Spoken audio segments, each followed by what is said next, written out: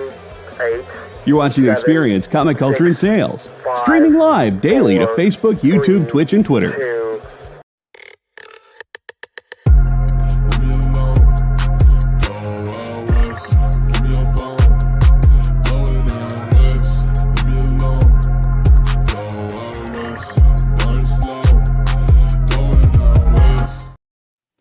Hey, I am Christopher, a.k.a. the Bronze Age Nerd, and I am joined by...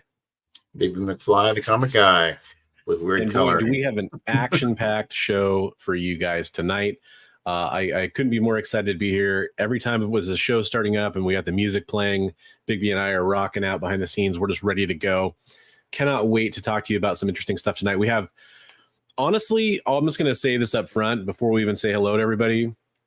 I do want to point out that several of the topics in the show I think are a little bit more controversial than we normally dive into. And just want to remind everybody that we are trying to approach this from an even perspective. We're trying to be positive where we can and hopefully put a positive spin on things, even though things might be negative. But my whole day, I've been dealing with negativity in the comic book community, coming through DMs and people that are having, bad times and hurt feelings and stuff like that. So we do want to keep everything positive. We do have some great community artwork. We have some awesome Heroes for Heroes updates, that kind of stuff. But just kind of a fair warning, there's going to be some topics in this show that might be a little controversial in terms of the comic book drama. And, we're not here to tackle that just because it's comic book drama, but it'll come up. That said, before we say hi to everybody, Bigby, I got to know how you doing, man. I'm good. You're doing good? Oh, no. Jay and I were just talking about that backstage. We were wondering if it was a super long day or not. Yeah, it's a long day and just, technical difficulties at the last second. Yeah, Bigby's camera might look a little different than it has the last couple of weeks, everybody, but his computer reset some settings before he had to come on the stage. So apologies for that. Yeah. I have to apologize to him because it's my old camera I gave him. So I don't know what happened. It was just like I'm like, that doesn't look right. I'm like, okay, yeah. Let's say hello to everybody in the chat. We got GT Key Comic in there. Always first. The day that GT Key Comic isn't first, I'm really going to have to wonder about what's going on. It'll be a dark day. Richard, hey, what's up, Richard? Yeah, he be, man. You got to get in there early. Like as soon as you see the show get scheduled, I mean, hopefully you all have the notification bells turned on and you're subscribed, not only on my channel, Bronze Age Nerd, but also on Bigby McFly, the Comic Book Guys channel, and also over on the EXP. By the way, all those links are in the description below, so there's every reason why you should go do that. And then you click the bell, and then you see the shows get scheduled, and you go make that comment. That's my recommendation. You can finally beat GT Key Comic, and we can have that day where hell freezes over. Renegade Rants, what's up? Thanks for being here. John Stout. Hey, John Stout. I made a post today about Heroes for Heroes with John Stout with one of the awesome Frank Miller signed books he donated for Heroes for Heroes. It's one of the Dark Knight books with a Wonder Woman cover on it. If you like Frank Miller signatures and you want to get a chance to win one, make sure you stay tuned for the Heroes for Heroes Mission 22 auction that we have coming up in November and all the details about that. What is up, Space Case Cards? How's it going? Michael, pleasure to see you. Hello to you too. And then, yeah, GT is like a professional first person. And my favorite thing is he doesn't say first. That's one of my least favorite things, but he goes in with the classy emoji. And what is up, Meadowland Swamp Thing? Talking about the latest in the variant cover scheme scams. Kind of a little bit. Yeah, a little bit of that, but there's actually, I'd say that some of the drama stuff is actually at a different topic, believe it or not. And again, it's one of those things where I don't celebrate comic book drama. I do want to talk about the news of it, because I do think there is some newsworthy stuff attached to it for sure. Unfortunately, it involves some stuff that I know some people will view that way. Hey, what's up, Ozzy? Always a pleasure to have you here. Love having you hang out in the chat. You bring up some great insights. And Dr. Plagueis, the man, the myth, the legend from Rose City Comic Con that everybody was me, and all kind of other places too, of course. But everybody was constantly like, "Oh, you're the sticker guy." That was awesome. Cool. So I guess we are done saying hello to everybody in the chat. So now we can do our traditional Heroes for Heroes opening update. Just for everybody that wasn't here last week, for your kind of refresher, I'm not doing any super like chat giveaways or any of that kind of stuff until I can get caught up on the ones that need to go out, and maybe until Heroes for Heroes. We'll see. I might squeak one or two in there. Yeah, Dr. Plagueis is the sticker guy.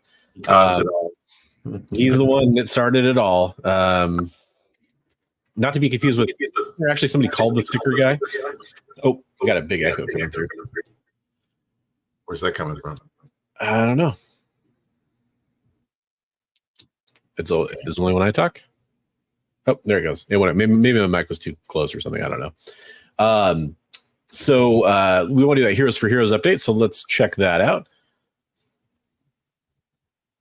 So right now we are at a really nice number, considering we're still 74 days away from our main event fundraiser on Veterans Day, or at least that weekend. We're at $525. We're already 7% of the way to a goal, to our goal, which is awesome. That is so fantastic. I do have something to share with you, or rather somebody else has something to share with you real fast. So I actually, I don't think it needs too much introduction. You'll see it for yourself, but here's a quick little video about Heroes for Heroes that I want you to check out. It's a real short video. I'll see you here in a few seconds. Okay. Hey friends, this is Stephanie Chakowski from Doom Patrol and Star Trek Picard, and you are watching Bronze Age Nerd on YouTube. Please help support Mission 22 and our veterans by donating to Heroes for Heroes. Yeah, so that was really cool. Huge props to Bigby for getting the ball rolling on talking to an actress that you might have seen in Doom Patrol. She played Hammerhead on that show. She's in the latest season of Star Trek Picard. So that you see the Vulcan salute there at the end. But it's awesome to have some celebrity support. She'll be sending in some signed 8x10s too at some point here that we're going to do as part of the auction. Hoping to get a few more of those kind of things that can help with promotional material. But that was really awesome. Great work talking to her at Turficon and getting that ball rolling, Big B. Thank you. She's super nice. Very, very nice lady. Yeah. So it's awesome to see her support and help out there. Yeah. Yeah. I mean, that's a good point. Some of the things I usually give away, I feel like, Bigby supplies a lot of the trade paperbacks. I don't know that a lot of them would fetch a lot of money during the auctions, maybe. But if we ran too many of them, it would probably kind of dilute things. But yeah, that's kind of some of the idea. Richard. So that's kind of it really for Heroes for Heroes. Like I said, I'm going to be doing some updates on product that was donated that we'll have up for auction during the big event, like what John donated. He's at another item. I have 2 packages I need to open that came in from other support members. I've got a bunch of prints you'll be seeing and some like signs that Greg Rucka donated. I showed those off last time, but you'll see those social media posts going up. If you want to help in a way that costs no money, like, comment, and share those posts. Follow the official Heroes for Heroes Comics IG page. And those are all ways that can really help out, and we'd appreciate it. That's kind of our main updates for this week. So yeah, let's get into our first topic. So unfortunately, not a very positive first topic, and it's something that we Chris mentioned it in chat last week, I think. So we kind of just sort of missed this one. Oops, that was a bad paste. But unfortunately, Carl Moline, the co-creator of Frey and Route 666, he also worked on a lot of other stuff like the Buffy comics, TMNT, BPRD, Supergirl, a lot of stuff listed there that you can check out. Died at the age of 51. And that, it's coming on the heels of last week. It was really rough with James Earl Jones passing away, with John Cassaday passing away. It was just a hard week. And so continues to keep, unfortunately, happening here as we lose another talented comic creator.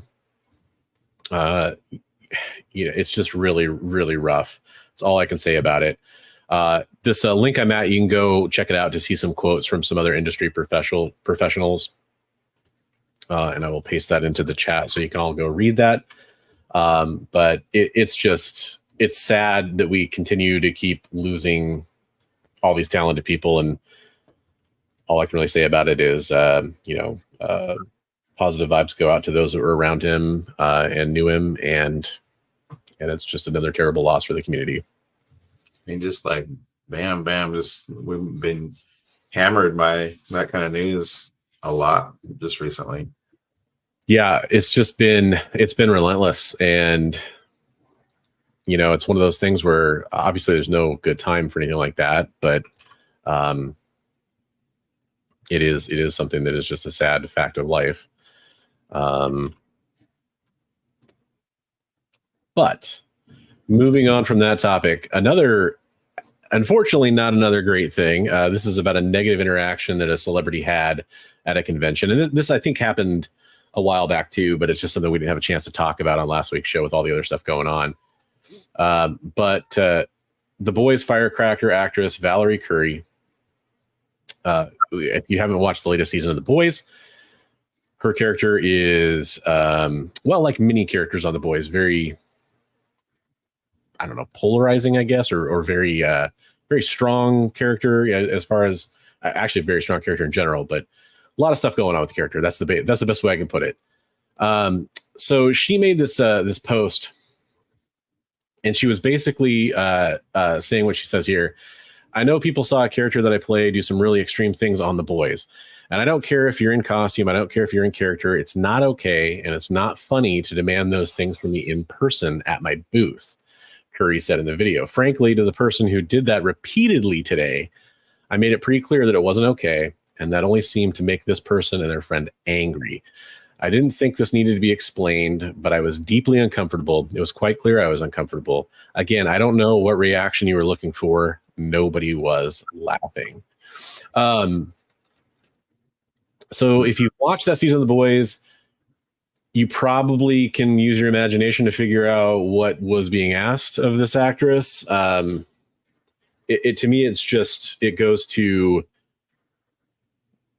this is the kind of stuff that makes me sad, because it makes comic books and comic book fans, and nerds in general, because it's just a TV show at some point too, look bad. Right. So having just come from a con and talked to a lot of celebrities and creators and all that kind of stuff at their booths, luckily it seemed like most of them were being treated with respect. Hopefully that's the case all the time, but just treat people like people is my advice. Yeah, I mean, you can't demand anything of anybody. I mean, yeah, it's pretty goofy. Yeah, especially, I mean, it doesn't explicitly say that, but it is rather explicit, so that's why I imagine why she didn't say it. I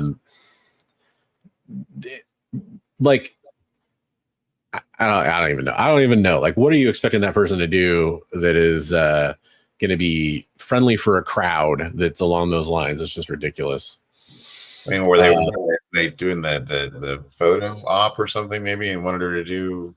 That's what it sounded like to me. I don't know. Yeah, and I mean, on a certain level, when somebody is famous for playing a role, like for example, Sergeant Slaughter. A lot of people go meet Sergeant Slaughter and get put in a headlock.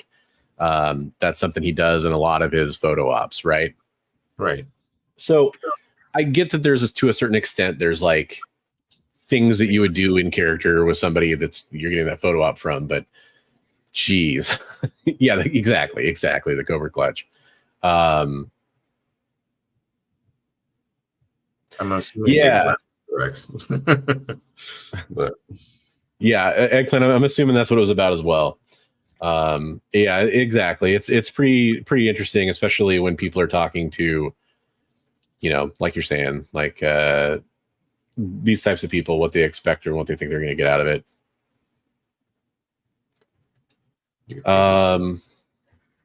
Hey, what's up, Steve? Welcome to the show. Glad to have you here.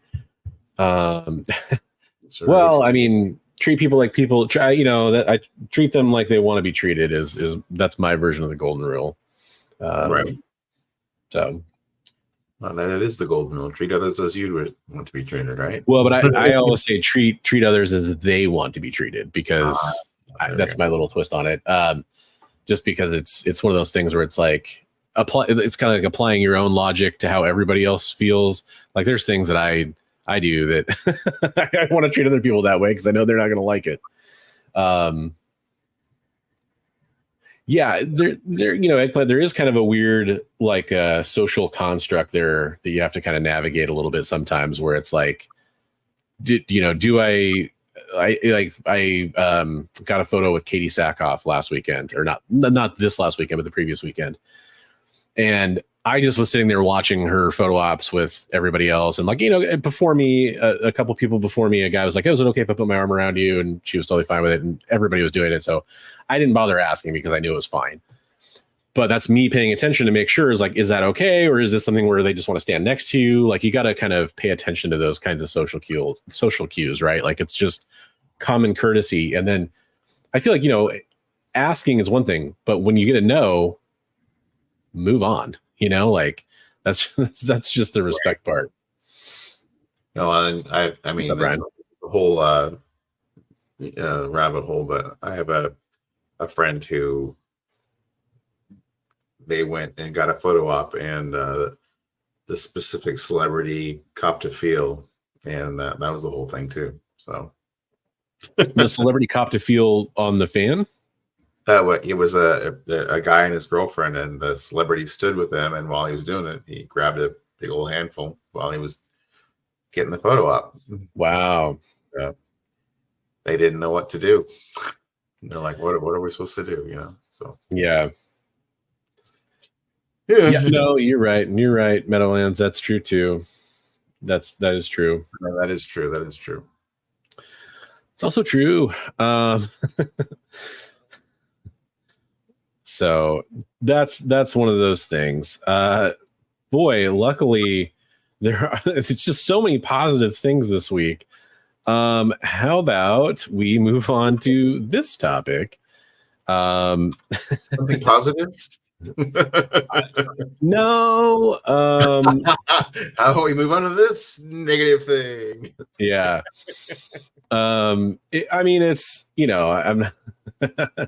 I'm not saying that's going to be the whole show. There's definitely going to be some positive stuff in here.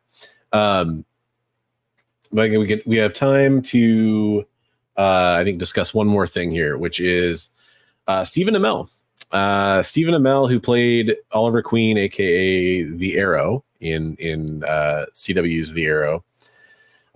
Obviously Green Arrow, which always kind of bugged me. They never just finally switched over to Green Arrow, but whatever. That's besides the point. I actually enjoyed a large chunk of the early part of that show, and I watched longer than I probably should have, but I thought it was good. Did you ever watch it, Bigby? No, I've seen some little outtakes, but I have not watched the show. Season 1 went pretty hard for a CW show. Hey, what's up, K-pop? How's it going?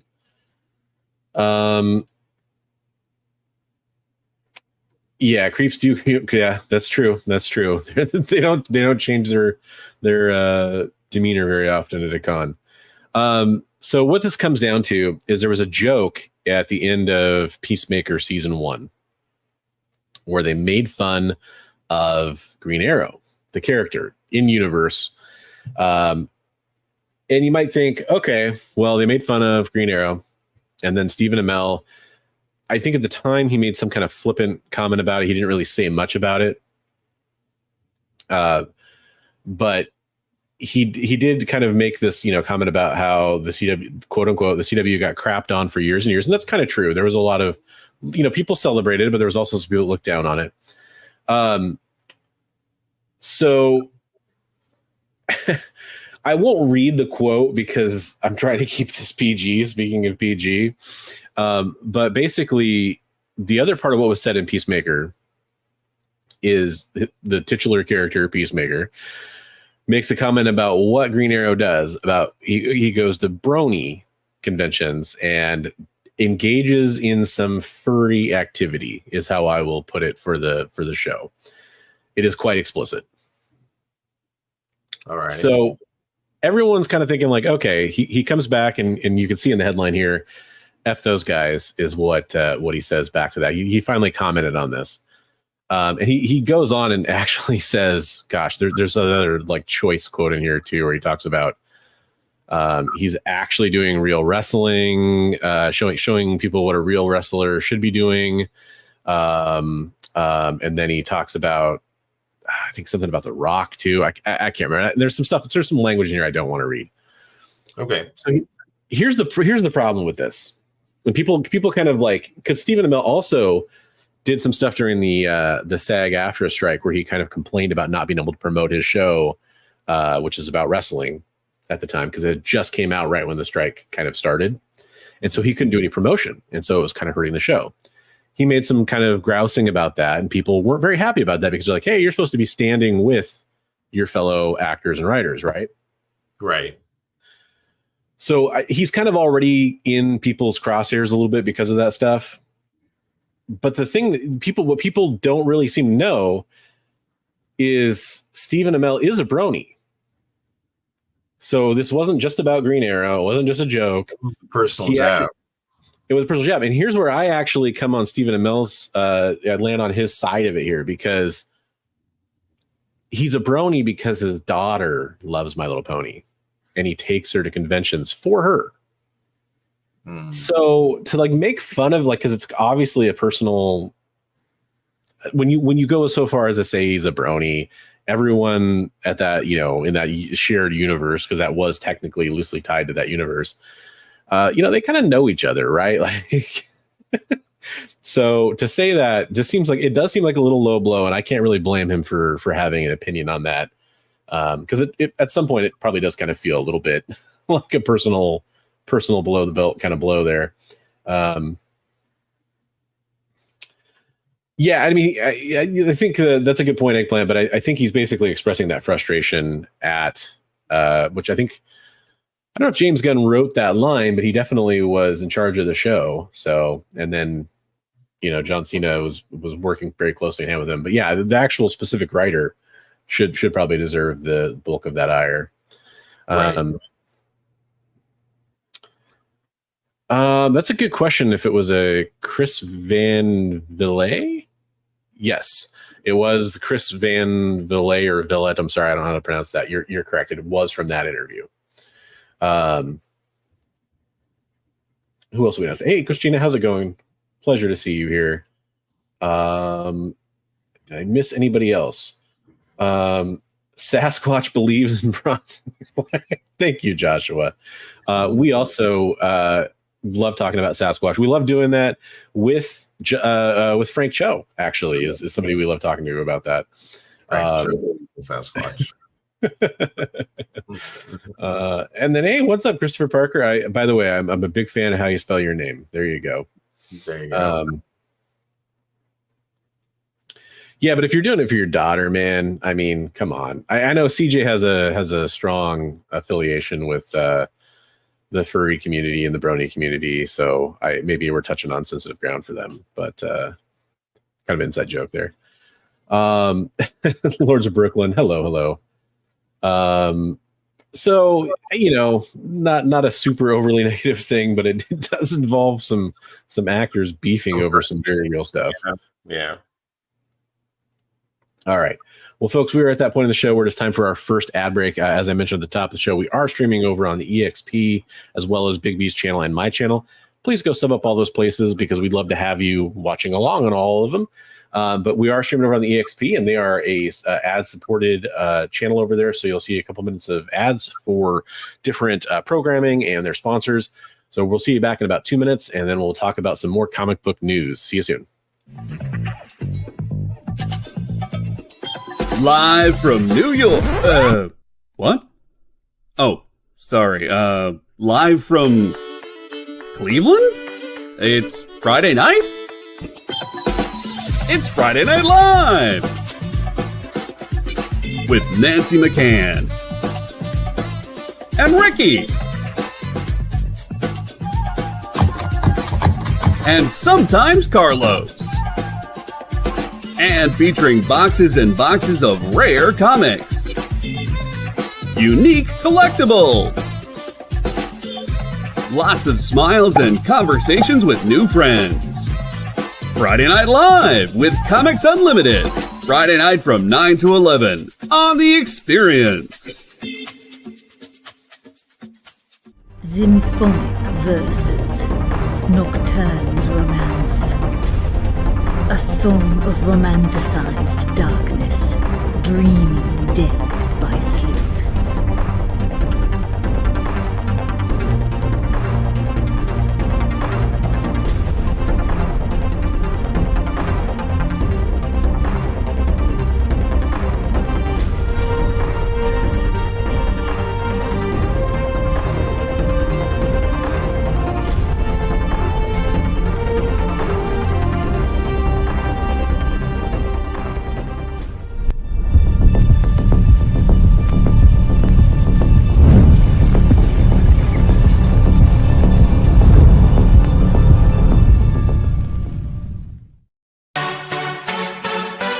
It's not just what happens when you have too many energy drinks anymore. Check out our content over there, too.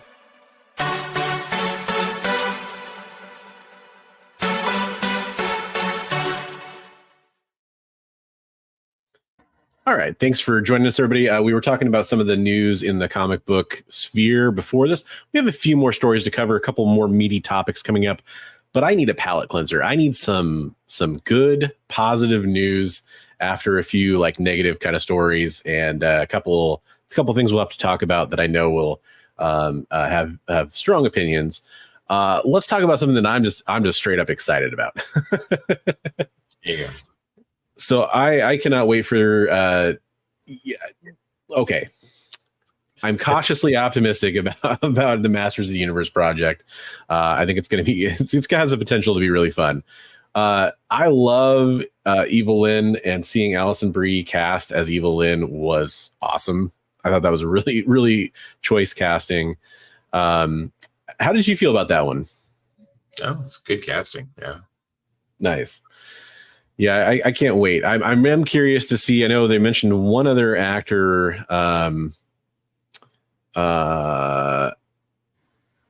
Nicholas Galzatine. Sorry if I don't pronounce that correctly. And Camila Mendez are also cast so far in the show. But yeah, it's pretty interesting to see this start to come together. And yeah, exactly. I see there's some people that are excited as well. But yeah, it's going to be fun. Hey, what's up, Ferd Bird? How's it going? Pleasure to see you this evening. Hope you're doing well. That's right, Lords of Brooklyn. Represent. What's up, Trav? And Collector Pete in the house. See you in there as well. Missed some hellos to some people, so definitely want to make sure I had a chance to say hi. Chris and Comic Trips was disappointed to learn that Masters of the Universe will feature nude heroes and villains. I, on the other hand, was quite excited, or rather, I will be. It should be all ages. Well, yeah, no, I mean, to be 100% honest, you're probably right. But yeah, also Jay in our private chat brought up something that I'll address real fast, because we are talking about Hollywood casting. I one of my little like knee-jerk pet peeves is, and Bigby knows this because I grouse about it all the time. I don't like the rumor casting stuff that is, so-and-so is rumored to play so-and-so. However, there are a lot of rumors going around right now that Norman Reedus from The Walking Dead, Daryl Dixon on The Walking Dead. Also, I'll just throw out there, from Boondock Saints, which is how I got introduced to him, might be playing Null in the new Venom movie, which just had the Venom 3 trailer drop. Oh, that's a good one. Yeah, the Dolph Lundgren film. I you know what? I haven't watched it in probably 25, 30 years. And I remember being, I thought, well, they definitely went for something here. And I liked it at the time. Like, as a kid, especially at that time, there weren't too many real grown-up live action style shows for a lot of our favorite things yet. And at least it was at the time for the time done pretty well. And we had a post-credit scene in that movie. I mean, come on.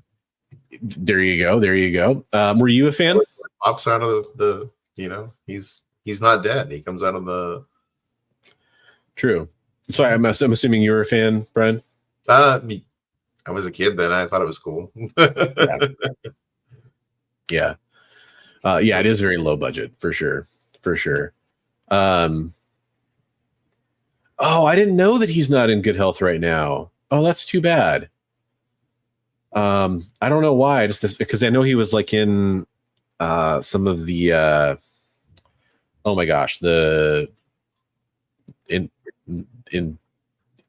Indispensables. What are those movies called? The Disposables. What they have some name. The movies with all the old 80s and 90s action heroes. Yeah, I can't remember. Okay, about 50 people are going to yell at me in chat. Expendables. There we go. Thank you, Jay. Oh no, that is terrible. Well, hopefully there's something where he can jeez, chat. Oh, reading the chat here. Wow. Wow. Yeah, I'm not gonna highlight your comment, but wow. Thank you very much for keeping it positive and not being too thirsty in chat.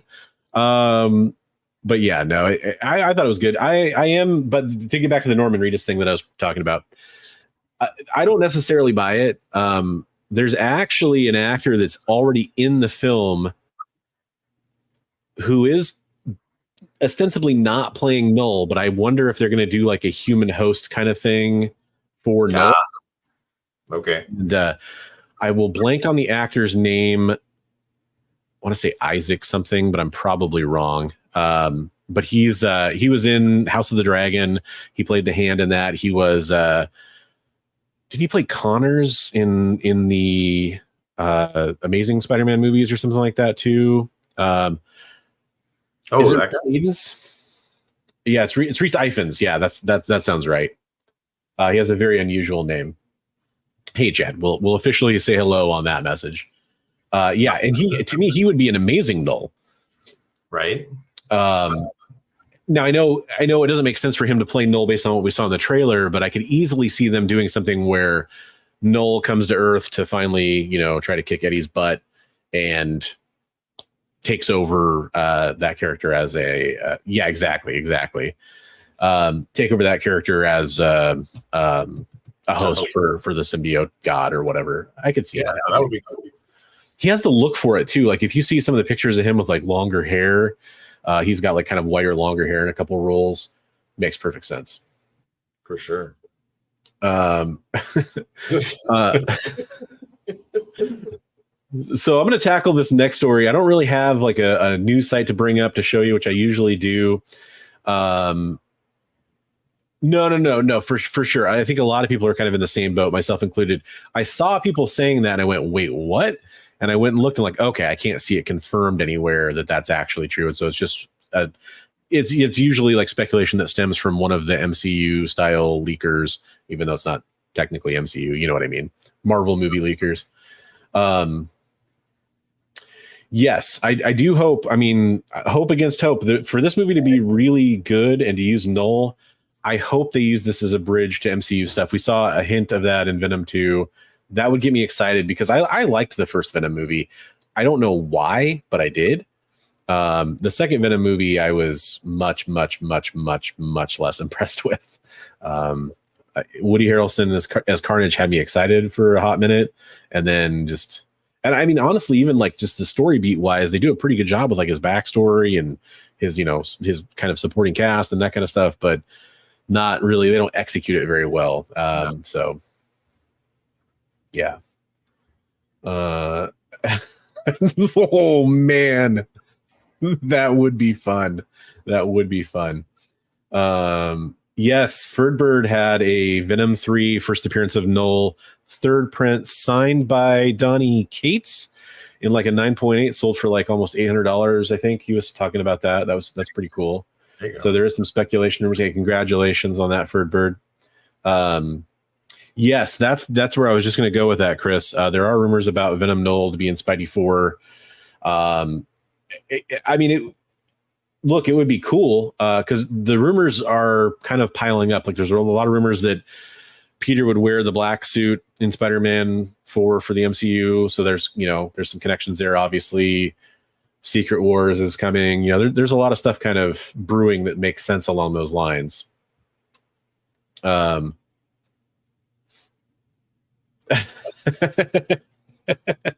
Yeah, that's the other thing that came along with the Venom 3 trailer is apparently, I don't know how true this is, but I know Donny Cates at least tweeted that it was a surprise to him that Noel was coming to Venom 3.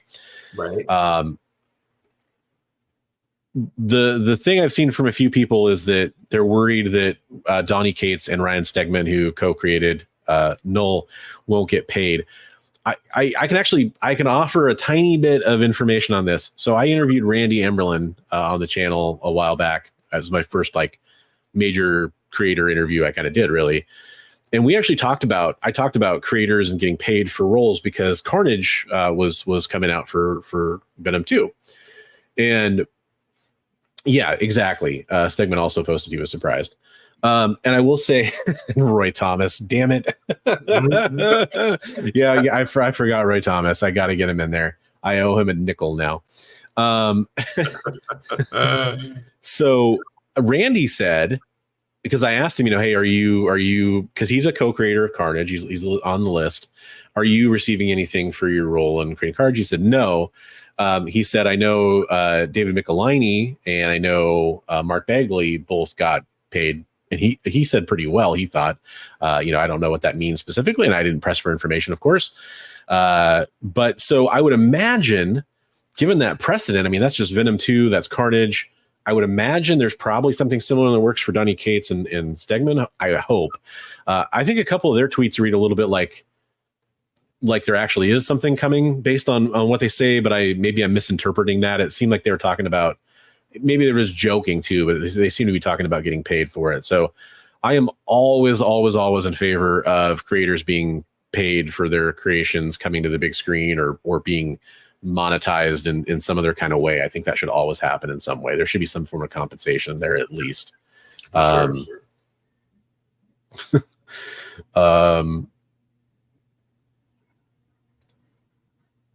Okay. And I hate to say it even this tone, but at least then it would be more than a lot of other creators got. But you would hope that it's more than that for a multi-million-dollar budgeted movie. But I also know that's not the case. Studios making money off these creators should be getting compensated. I completely agree. Yeah, I agree. Let's get him out there. I want a remote location. Big B on the red carpet, going up and interviewing people as they get out of their limos and their Uber X's or whatever. Yeah, that'd be awesome. I'd be down for that. After the move, they may want to disassociate. So I'll tell you straight up, Noel and Black Winter, both Donny Cates had co-creation credit on both of those characters.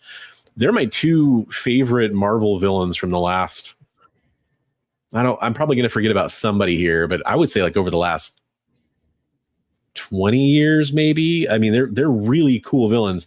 I don't necessarily love how they were used and how they were, how their story arcs ended, and they kind of ended with a whimper instead of a bang. I'll say that much.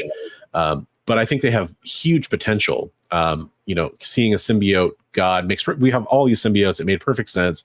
There was always kind of some hints at that as the lore was built for the symbiotes. And then with Black Winter, I actually think Black Winter has potential to be even cooler if used correctly. But so they got me sneaking in booze into the theater and all kinds of stuff going on. I used to work at a theater. I got some tips for you on how if you want to get that stuff in. I've picked up everything from crack pipes to full pizza boxes from movie theater floors. Take out Chinese food. People get creative.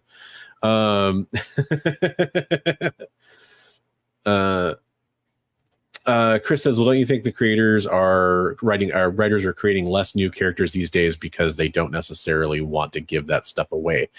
And that is something that, you know, when I talk about the compensation level, the prison wallet's coming up here. So, oh my god.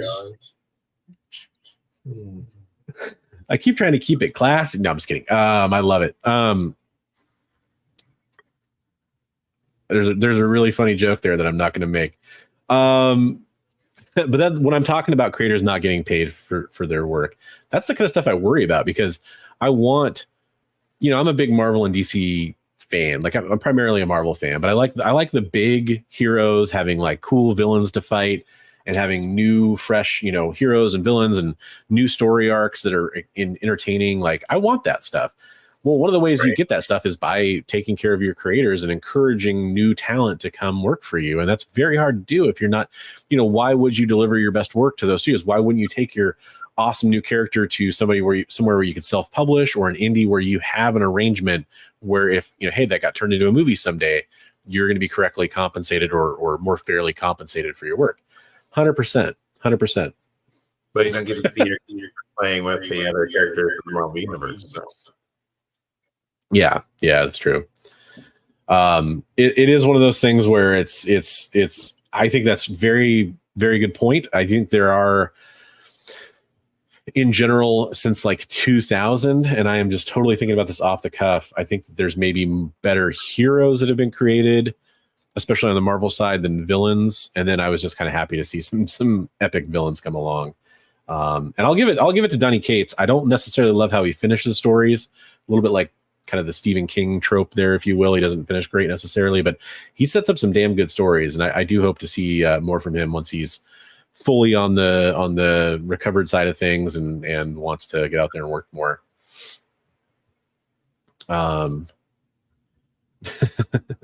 So the story I did want to talk about, though, real fast, moving on from that I don't have any kind of link to bring up, is actually a huge shout out to our friend Mickey Swaglehouse. Go check out his channel for a video he posted recently detailing the new lawsuit coming filed by Beckett, which owns CBCS, against two ex-employees. I may have some of these details wrong. Again, go watch Swagglehouse's video. Basically, I'll boil down all of this to their contention is that two employees were working on subgrades for grading of comic books. Now, I have to explain that for a second.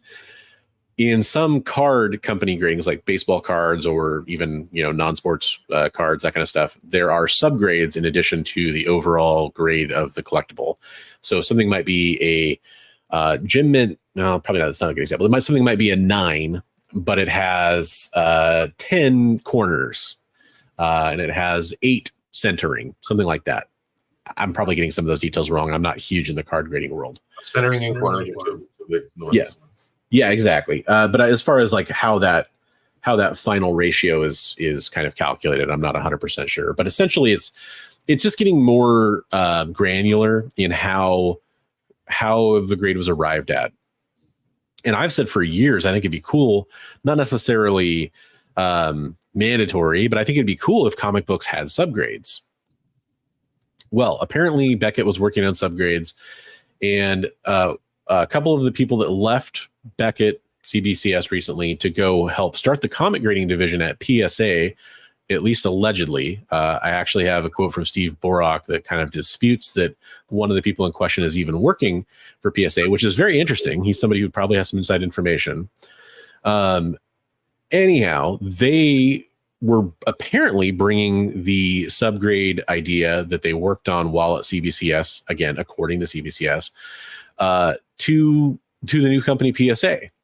Not new company, but the new comic book division.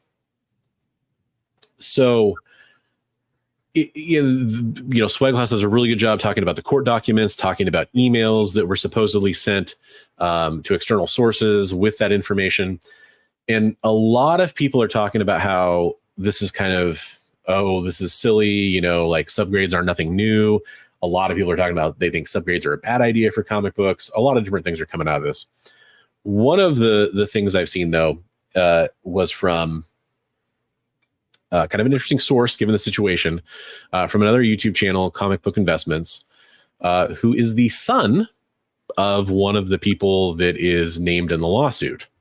So he's going to be the head of the comics division at PSA, according to David, who is the son. And he kind of, put out a video saying that, oh, this lawsuit's BS and subgrades are nothing new. This is a frivolous lawsuit. And I'm really paraphrasing. You should go watch his video too. I highly recommend it. But the real kind of interesting thing to me here is, I've worked for companies that deal with like IP generation, with developing tools, and pretty much any company you work for is going to, these days, they're going to have you sign something at some point in your new hire packet that will tell you that if you create something while you're on the clock or on our property or using company materials, we own all or part of or some of that. And I guarantee you that's something that's in the paperwork with CBCS. I can't confirm that at this point, but I'm 99.9% sure that would be part of something they would do. And then you go take that idea that you were working on, whether it's super original or not, you still were doing some of the work on it. And then you go over to another company and start trying to utilize that with the other company. That's pretty clear cut grounds for a lawsuit right there. So I have two questions for Big B, because I want to hear your thoughts on, then we'll get the chat's opinion. My first question is, how do you feel about subgrades in comic book grade? Let's talk about that part of it. Well, I mean, we already kind of have like, white pages. We have, that kind of stuff going on. So, I mean, that would kind of play into it. Because I think on cards, it's surface, centering, corners. I can't remember what this is. There's 4 of them. But, and then they all play into the ultimate total grade. So we already kind of have that in comics with the white pages and the page quality, that whole thing. So, I mean, I don't know. I mean, it could be interesting. What is that? Does kind of invalidate all of the previous graded stuff that's come out, or makes them less technically, focused on all of the, I don't know. It's a thing. It could be all right. Yeah, exactly. Okay. I guess, I'll just kind of piggyback on that, share my thoughts. Like, I think subgrades, we get a lot of complaints about graders notes. First of all, when it comes to CGC, you're lucky if you get graders notes a lot of times, has been historically the case. Right. But even if you do get graders notes, in a lot of cases, they're pretty vague. Right. Light bends to cover, stuff like that, those kinds of wordings that are, they're not real granular when it comes down to it. So even if you do get the information, you're not necessarily getting a lot of texture to that information. So I do think subgrades do kind of maybe provide some additional detail that might be important for the person. So if you're looking at a book and you're like, like CBCS for a long time, they had the check mark, right? They still do, I'm sure. Where if a book presented, was it a check mark? Was it a plus sign? I think it was a plus sign. I can't remember now. They had a mark on their label that if a book presented better than its grade, like we know this looks higher grade, but there's some defects that are keeping it out, they'd give it like a little mark on the label. I'm totally spacing on what that is. CGC had the same thing. They had a little silver medallion deal that indicated that it looks better than the grade. Yeah. Oh, interesting. Okay. I don't think I've ever seen that one. Yeah. The check mark. Okay. So I have about the check mark, and like, I kind of like the concept of the check mark. I just think it could have been executed maybe a little bit better, because I do kind of understand where they're coming from. I think subgrades are kind of part of that, the potential answer to that, which is, hey, the corners are super sharp on this, but there's bindery tearing that's excessive. That makes, if you look at it from the side, but that's the only way you're looking at it, then it looks worse. There's, a misaligned cover or something like that. Man, If they do centering for Marvel books from like the Bronze Age, good luck. Right. Yeah. There are so many like not only bad raps, but just like miscuts, and I mean, and they're not graded that way now because it's just part of the manufacturing process. Diagonally off. Yeah. So the top of the book is, they had that bar going across, but it would have a diagonal shift at the top of the book. I bought plenty of graded comics. Yeah, I've got there's like about 6 of those BCW bins back there. Like they're short box size, but they fit less comics. They fit like 20 to 25 each, I think. So I've got about 125 or so total, I think, because I've got a few displayed around too. So it's one of those things where I definitely would. And it's a good question for the chat, though. There are a lot of people that will only buy raw, and kind of like what Kamikaze is saying here. That's why you buy the book and not the grade. And in a lot of cases, that's definitely true.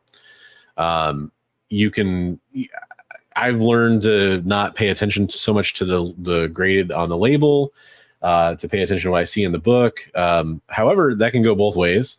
Sometimes you can see a book that's much higher quality inside the case, and you're like, I feel like it's going to be sold at a lower price because that's the grade on it, but it presents a lot better, or because maybe it needs a clean and a press, that kind of thing. So it becomes this whole kind of that first video I got at Terrificon is like that. I had some people who do cleaning and pressing looked at it. They said, that thing could come out a 9, but it's right now as it sits, it's a 7.5. Yeah. So. Yeah, Hialeah's down for centering and wrap should be taken into account. I mean, I don't disagree with you necessarily. I do kind of like CGC's stance on paper. I don't know how I have questions about their execution of it, but they theoretically take into account the production of the comic. I don't think it's as much of a science as they proclaim it to be, but like, let's say, we've noticed every copy of this comic book has a dent 3/4 of the way up and over. There was the first appearance of Tosin in Black Panther. Every second printing copy of that had that, from what I know, is like one little specific dent. And I think you could kind of tack iron it out if you're doing a press job on it. Some pressers said, but it was very tedious compared to a standard like press job. And it's like, so if every copy has that, how do you mark it down for having it? Like, I think that's something that maybe should be preserved on the grader's notes. I am all for transparency when it comes to that kind of stuff. That's what I want to see. Subgrades might help too when it's like a known production flaw too. Sometimes you'll get a new grader that doesn't know a known production flaw, and so your book that should get a 9.8 will get a 9.4 or something because that grader didn't know about a known. They had those things where it have the lines where the machine would run. And every book has it. But yeah. If that grader isn't educated on the known production flaws for that book. Well, and it's like if you got your books straight from Diamond or Penguin Random House or whatever, Lunar, and like, there's comic shops that they order extra and they're like, oh, this book's turning out to be kind of hot. Maybe I'll just fire off my 5 best looking copies that restore stock to a grading company and get it graded. Well, if those are the first copies to arrive, there's no way that because look, here's what I think CGC should do. I think they should be buying like every comic that comes out, like just buy a copy or whatever on FOC for every book to have an example to compare to. Right. At least one. I know that's not a huge sample size, but it would help a little bit. Maybe they already do that. I can't say they don't, but I'm pretty sure they don't. But yeah, so to have an example to compare it to, but like the first times they're seeing those books, how are they going to know that every copy has like a little corner flap or something like that happened during production? Or but I'm talking about like years have gone by and it's like a documented thing that there's this print run of this book, every single one has this production flaw. and you get some new guy who's never seen one before. I don't know. Yeah. Yeah, I mean, Kamikaze has a good point here too, that sometimes those production flaws can go for more money. Like, I mean, if you think about it, ultimately, like a double cover is a production flaw. That's true. I mean, in most cases, there's some rare exceptions where it wasn't, but yeah, I mean, that's the kind of thing where, you know, some people are, I mean, honestly, probably most people are seeking those out versus like a standard copy. Yeah, Chad has a great point. Books and cards are different animals. He follows that up with cards have two sides, books have 32 pages or 80 or what. Yeah, I mean, depending on how you look at it, depending on what era it's from. It is one of those things where like people have constantly brought up whenever I talk about grading, about doing like computer grading or AI assisted grading for comic books. Man, I feel like you're just, I don't know, like you're having to open each page for it to see everything. And like, let's be real. I know at least at CGC, a lot of times they're not cracking up in those books as much as they pretend they are. No, when he did that example of grading all of those books, I don't think I ever saw him crack one of them. Yeah. All he was looking at was corners and spines and edges, and that was it. And that's been one of my pet peeves with grading comic books in general, is it seems to me like, I'm not saying like, I don't know if I need to get to the level like where every page is meticulously stared at and determined if it's correct or something like that. But I do think that there's definitely, you know, the internals of the book should be considered more in the grading process, other than just page quality. And a lot of times it really kind of isn't, unless you have things like missing pages, which generally are taken into account. Sometimes they're missed though. So it gets fun. Well, you could also, like, what you could do, like you're saying, like a lot of times bindery tears don't qualify, but bindery could be a subgrade too. Like, okay, this one doesn't have any bindery tears, so it's a little bit better than one that would also get a 9.8 that has a small bindery tear. You know, so. Yeah. But I mean, you know, I've heard like Matt Nelson to the point being made in chat here that example of grading books was all corners and spines. Yep.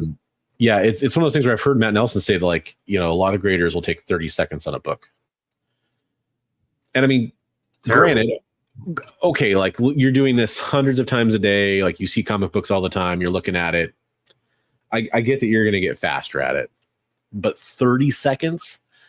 And that tells me that what I think a lot of what they're seeing is brand new books that are getting slabbed, and they're really looking at kind of like the 9.8 pre-screen kind of quality of grading. And you know, this is we're kind of broadening the topic a little bit. This is all kind of down to the downfalls of grading and the pitfalls of grading. But hey, subgrades could help with some of those things, right? Like if it was taken into account. But if they spend 30 seconds and they're assigning subgrades.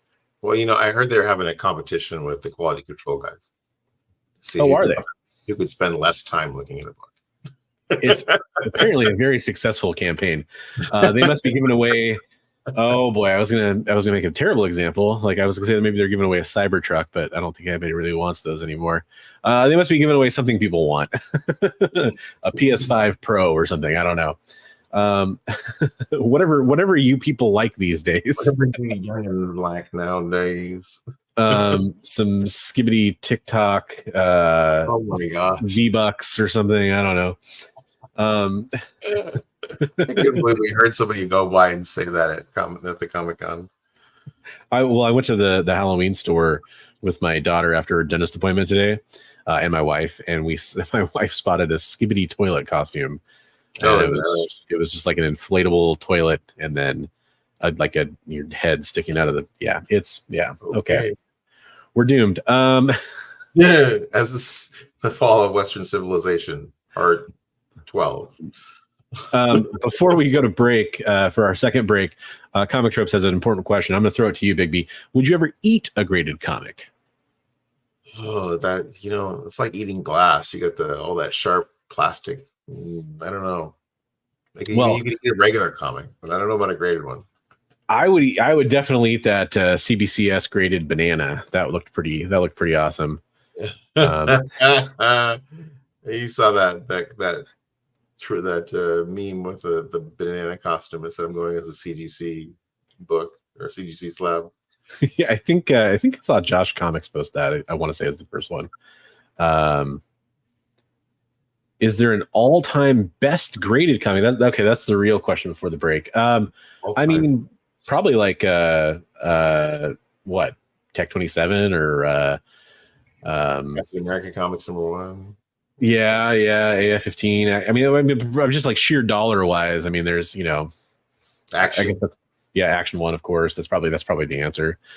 High enough grade Action 1. Yeah, that's a tough one. The Invisible Comics created by Bad Idea. Oh, jeez. Jay, that's true. It's more get off my lawn. Screaming into the clouds on the front porch. Chad continues to be thirsty in chat. I'm all for it. I just won't highlight it because I don't want to get our other channel that we're streaming on in trouble, which, by the way, is the EXP, and also Big Me McFly comic book channel and my channel. So go sub up all of us and check out some amazing content. We're going to take our second ad break. We'll be back in a couple minutes with more comic book news and hard-hitting topics like graded bananas and all kinds of, what would you eat and who would you rather, and smuggling pizzas in the theaters. Pizza smuggling. Yeah, I don't know. Anyway, okay. It's fun. We're just having clean, wholesome fun here, folks. Good fun. I can see you in 2 minutes.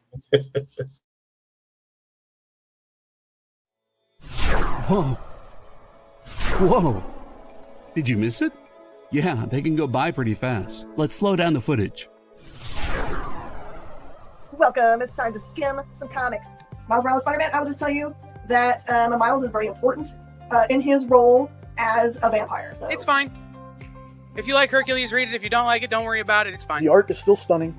There's a panel, little spoiler, there's a panel in this where Chitauri first hits Lion-O, and he is the best "did she really just hit me" face I've ever seen put in a comic book. Wow, live reviews of new comic books so you can be ready for New Comic Book Day. What is this? Oh, I see. It's Minute to Skim It. Part of the experience.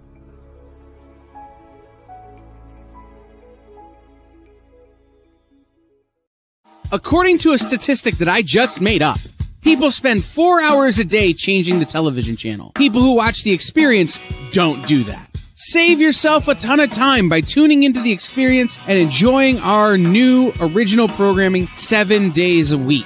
And then tell your friends. Think about the money they could save on batteries in the remote alone just by tuning into The Experience. Find out more by scanning the QR code below. In a world where you hit like and subscribe on our YouTube channel. That'd be really great. Thanks.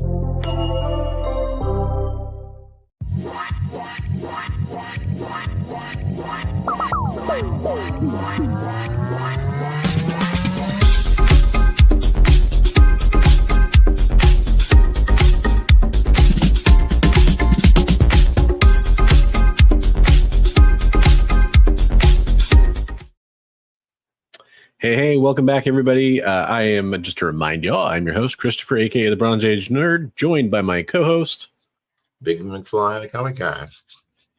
And we were talking about some grading scandals and all that kind of stuff. Just to kind of recap that conversation, not recap that conversation, to cap that conversation. I do highly recommend going and checking out Swagglehouse Comics over on YouTube. Check out his latest video. I think it's his last upload yesterday about that lawsuit. And then I highly recommend, if you want to check out what I was talking about, comic book investments, go check out the video from the son of one of the people named in the lawsuit, who is a comic book YouTuber. If you want to see like the other half of what I was talking about, because hey, go get the information for yourselves. And with that said, let's get to our main topic of the day. Big Me McFly, the red carpet guy. I like it. Okay. I do want to acknowledge that, yeah, pizza smuggling is, I do believe we just birthed the latest skibbity toilet, Gin, I don't even know what we're on these days, probably Gin Sigma at this point. Different slang. And I probably just confused the hell out of like half the audience saying Sigma. Then Chad comes in with this. Like, bro, this is the kind of stat where I'm not even going to fact check this stuff right now. And yeah, I absolutely am impressed that was off the top of your head. That's really cool. I love it. That is a great stat. Agreed. Nick called it becking and boarding.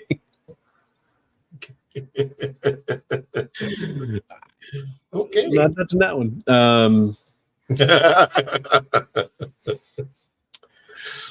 More hard-hitting questions from our chat. I love it. Keep it coming, folks. What cereal tears up your mouth the most? I'd say Captain Crunch. Now, here's a fun fact about me that's going to convince half of you that I'm like a psychopath or something. I don't eat cereal with milk most of the time because I eat cereal more as like a snack than I do like a breakfast. So I usually just like either, usually if it's a box I bought for myself just out of the box, as a snack, or in like a sandwich bag or something like that if I'm taking it with me. And Captain Crunch definitely is like the plain old Captain Crunch. The berries, if you get that kind, it kind of softens it up a little bit.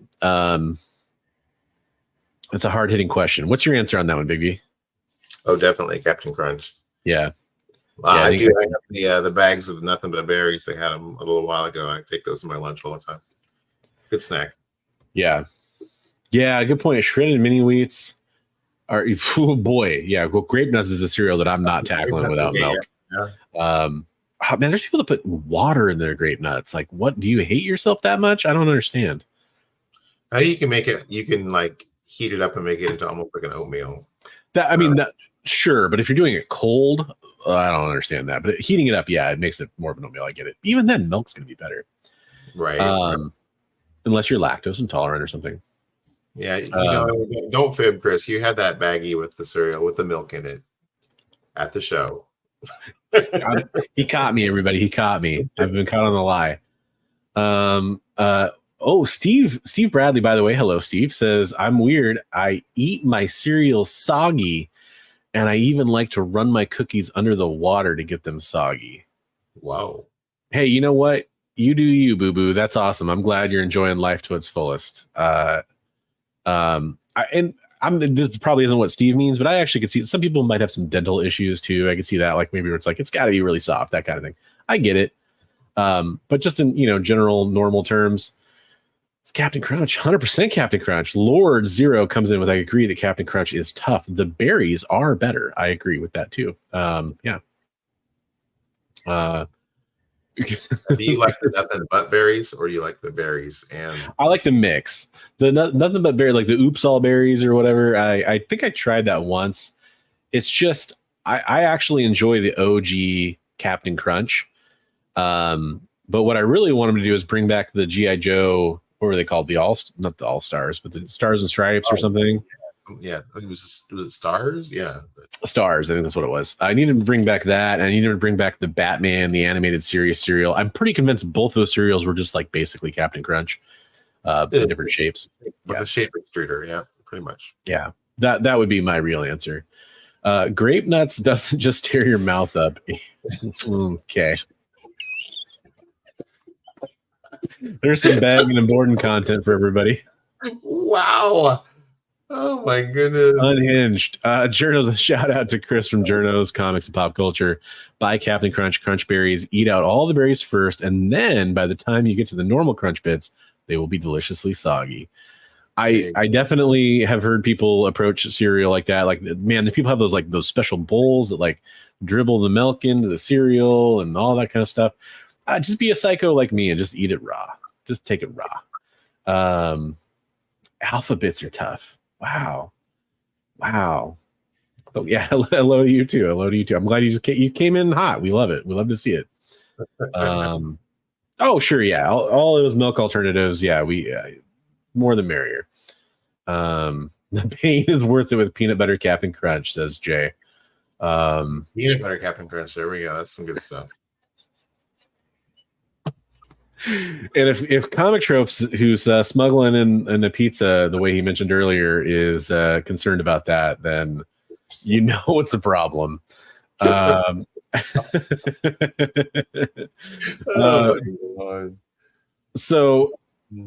No, for sure. Yeah, no, 100%. Like I know you're being serial right now.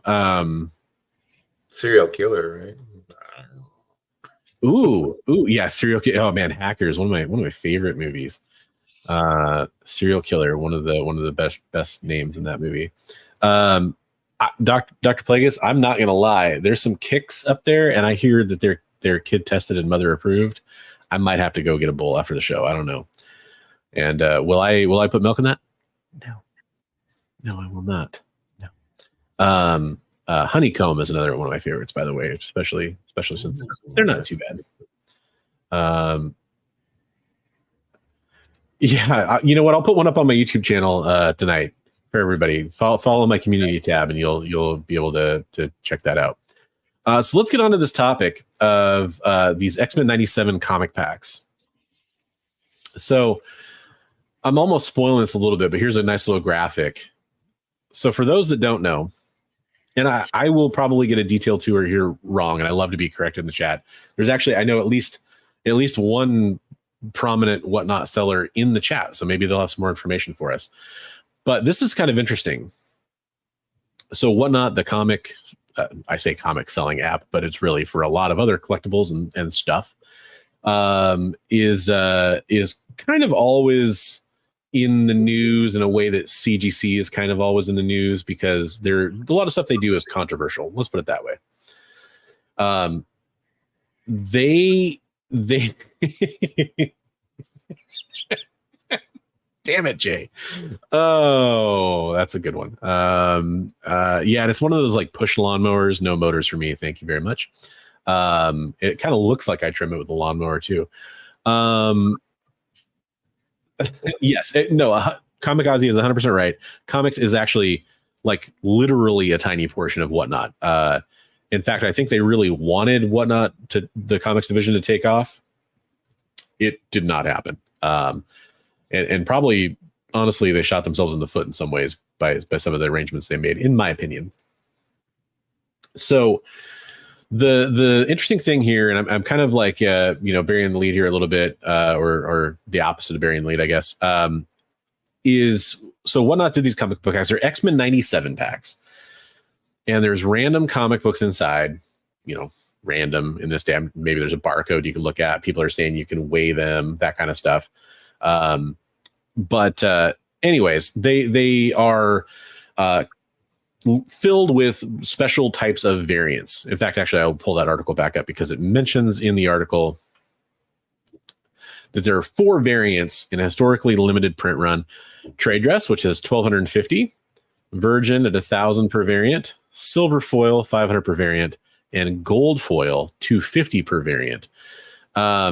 There's a limited number of packs that contain ultra rare gold foil variants autographed by the artists themselves. This is straight from Marvel, by the way. I think I'm showing my Marvel Insider points there, but oh well. Yeah, that's right, folks. 260,000. What do you got? So here's the interesting thing, though, for those paying attention. This is a brand new thing on Whatnot, right? This article is from April 10th. Wait a minute, that's not recent. So shout out to Josh at International Comics for pointing this out to me, because I vaguely remembered this, but he definitely brought it home that this is not a new thing. These were actually handed out at and offered for sale at WhatNot Con, which was a con they had this weekend, April 11th through the 14th. So not new. In fact, some of these comic books are already out there available on places like eBay and stuff like that. So you can go find them before this all happened. The reason why I'm bringing this up primarily is because once these launched, a prominent comic book YouTuber that I know most people are going to be familiar with, Comic Tom, clearly had a sponsored deal. He was on the Marvel account, the Whatnot account, and his own IG account, doing like a little, I guess for lack of a better word, like a trailer, kind of showing off opening one of the packs. Then that weekend, this last weekend, you saw a lot of prominent Whatnot comic book streamers selling packs or offering the packs in their streams. I saw so much FOMO happening over these packs. People went nuts for these things. I shout out to our buddy Comics Limited, Travis, who shared some screenshots that I'm going to try to pull up here real fast. 1 second, folks, and I will get that open. But these some of these packs were selling for hundreds of dollars, and that is what they started. People started starting money at $100. Yes. Whereas, like, for example, Comic Tom, I think, was doing giveaways on his stream, his first stream, and I'm sure some other streamers were too. They usually supply these things to streamers that they want to support and want to do well. It's a little, I don't know. I'll just say it's kind of one of my issues with WhatNot is that they tend to support streamers over others in weird ways. Like, they don't make it fair and offer it to everybody. How's it going, Mickey? We were just talking about you earlier for your latest video, man. Good job on that video. Really enjoyed your coverage of the CBCS video about this too. Yeah. Oh, okay, cool. I remember you and I pointed it out to you. You went, "Oh." Oh no, maybe I am misremembering something. But yeah, no, it is interesting. So here's let me see. I gotta stop sharing this thing and present my saved photo here. So yeah, once again, shout out to Travis from Comics Limited for sharing some of the screenshots because he was watching a bunch of the feeds. So here's one that went for like $54. That's not that crazy, right? And then here's one that went for $63. You can see this down in the bottom, which that's cool. That's awesome. Look who won. I know. Yeah, one of the people that I chat with. I know you're closer to him than I am. Colossus Collector picked one up, but for that price, that's fun, right? Yeah. That's fun.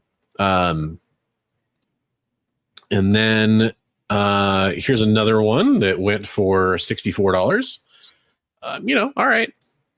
But then there were a bunch of them that were going. This one went for $222. This is Davis Ryder. He's another huge WhatNot streamer for comic books. Should clarify that.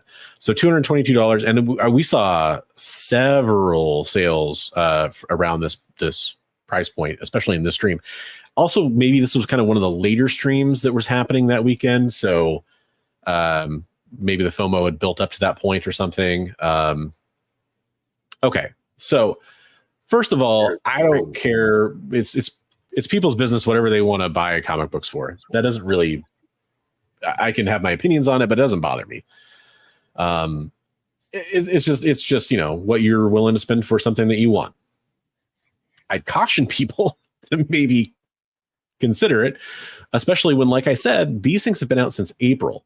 These are not new. There were sales on eBay for much lower than this for some of the nicer, rarer variants that are out there that people are kind of like, interested in or looking after. But mystery packs, blind bags, all these kinds of things are such a huge deal in our current society. Everything from Lego minifigures to sports cards to all kinds of stuff. Before we even dive super deep into this, I got to know, Big B, how do you feel about the idea of doing like blind bag comics for like, chasing rare variants, that kind of thing? How do you think about that? I have some good friends who really enjoy doing that. So I mean, like you said, as long as you can afford it and you're doing it responsibly, then more power to you. Do what you enjoy. I personally wouldn't be doing it, but that's just me. I don't have a lot of faith in the long-term value of those things. So yeah, exactly. I think that's a good way to put it. So like Eggplant saying, but those books were given to sellers for free in April for WhatNot Con. Kamikaze saying, I sold these during that event. Oh, you know what? Hey, that's a good. Okay, so here's the 30-second elevator pitch for WhatNot. WhatNot is essentially a live selling platform like an eBay Live is actually a competing platform now that was in development when WhatNot came along, where you can bid on items. The start times the auction times can vary. A lot of people do 30-second or a minute long auctions, although you can definitely do longer ones. There's either sudden death or there's clock extension ends to the items. But unfortunately, and I do say unfortunately, because WhatNot it's a range of people. And by WhatNot, I mean the sellers of comic books on WhatNot, specifically in this case. It's a range of people. There's fantastic, like I've bought from Kamikaze on WhatNot. Fantastic experience. Great seller. I highly recommend him. Comics Limited is a seller on WhatNot. I recommend going and buying from him. There's lots of great sellers on WhatNot. The problem is that for whatever reason, and the reason is greed and money, I guess I shouldn't say whatever reason, a lot of bad actors have taken up camp in the WhatNot comic selling space. Sellers I've talked about before, like Epic Nation Collectibles, for example, who, sorry to bump the mic there, everybody, who was caught, apparently stealing comic books at a Comic-Con, who was caught, doing some pretty nasty stuff on his streams, who, like attacking other people and calling for all kinds of nastiness in his streams. So there's a lot of unfortunate stuff that does happen on WhatNot in the comic book space. They've been rife with controversy over and over and over again. There's, somebody that I can't name names or details, but there's a creator I was talking to today that was extremely upset over something that happened because of WhatNot.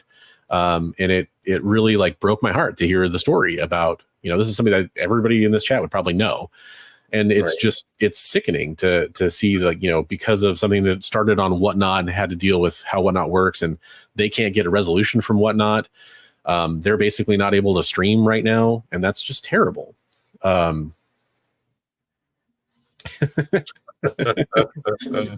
And to be fair, it's not just comic books, as I definitely should have pointed out more. Hey, Matt Spidey.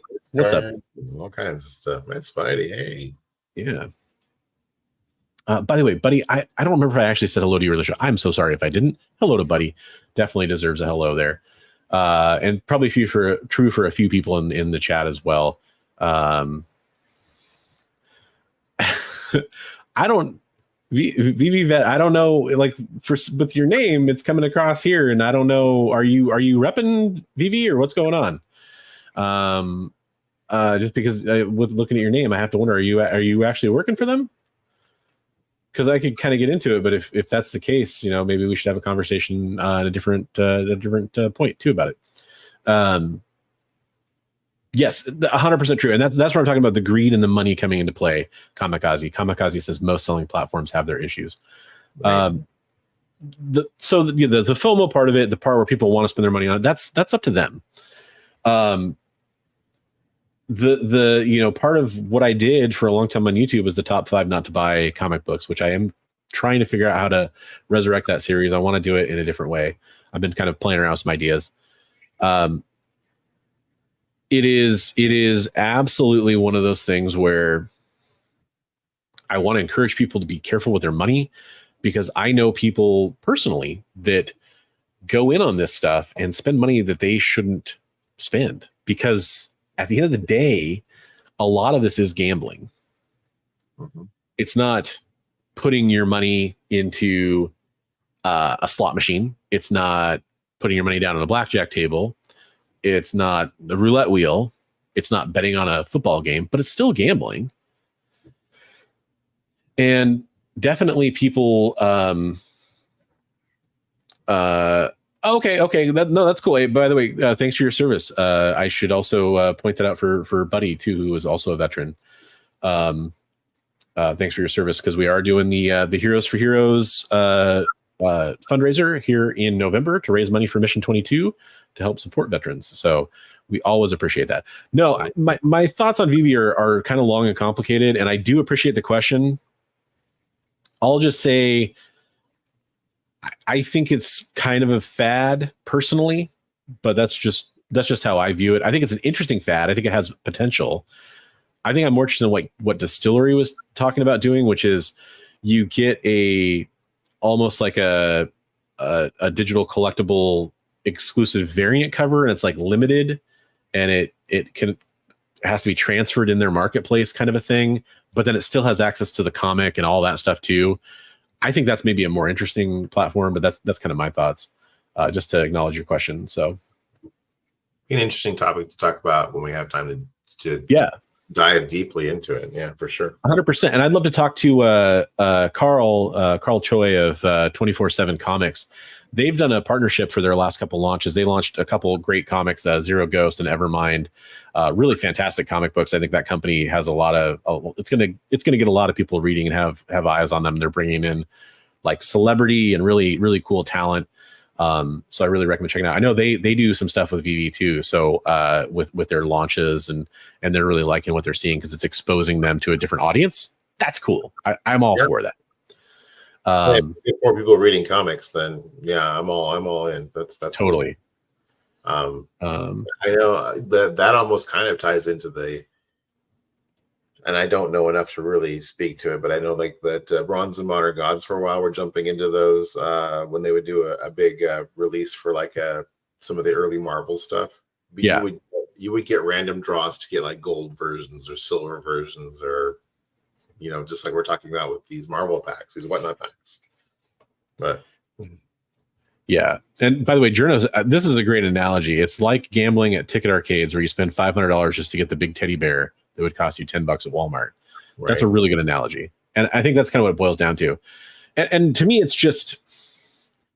it's not hating on anybody who's doing any of this. It's just, boy, I hope people have caution and know what they're doing when they go after these things. Right. We got a bunch of WhatNot sellers in here and everything. I will speak for myself. I had to actually like delete the WhatNot. I stayed away from it for like almost 2 years. And then I was like, my buddy talked me into getting into it. And I was on it for like maybe a month. I had to delete it off my phone because I was getting myself in trouble. Yeah. 100%. I mean, and there's a lot of people that are, I mean, I did some things too, where it's like, I was trying to save up and I was like, man, I'm on there. Oh, this is a good deal. Oh, that's a good deal. Well, you and I got on a couple of times and we would be feeding off each other. Oh, that's a good deal. Wow. Look at that. Yeah. And it's one of those things where it's like, I fire it up every couple of months and I usually regret it. Although, I mean, like sometimes I've had some fun stuff to walk away with. That we'll run a She-Hulk for like $60. There you go. I got some cool Larry Hama Wolverine comics and stuff like that on that same sale we're talking about. But the condition wasn't great because the shipping was pretty terrible. Yeah. Eggplant. I want to bring up Eggplant's comment here because I think it is a good point.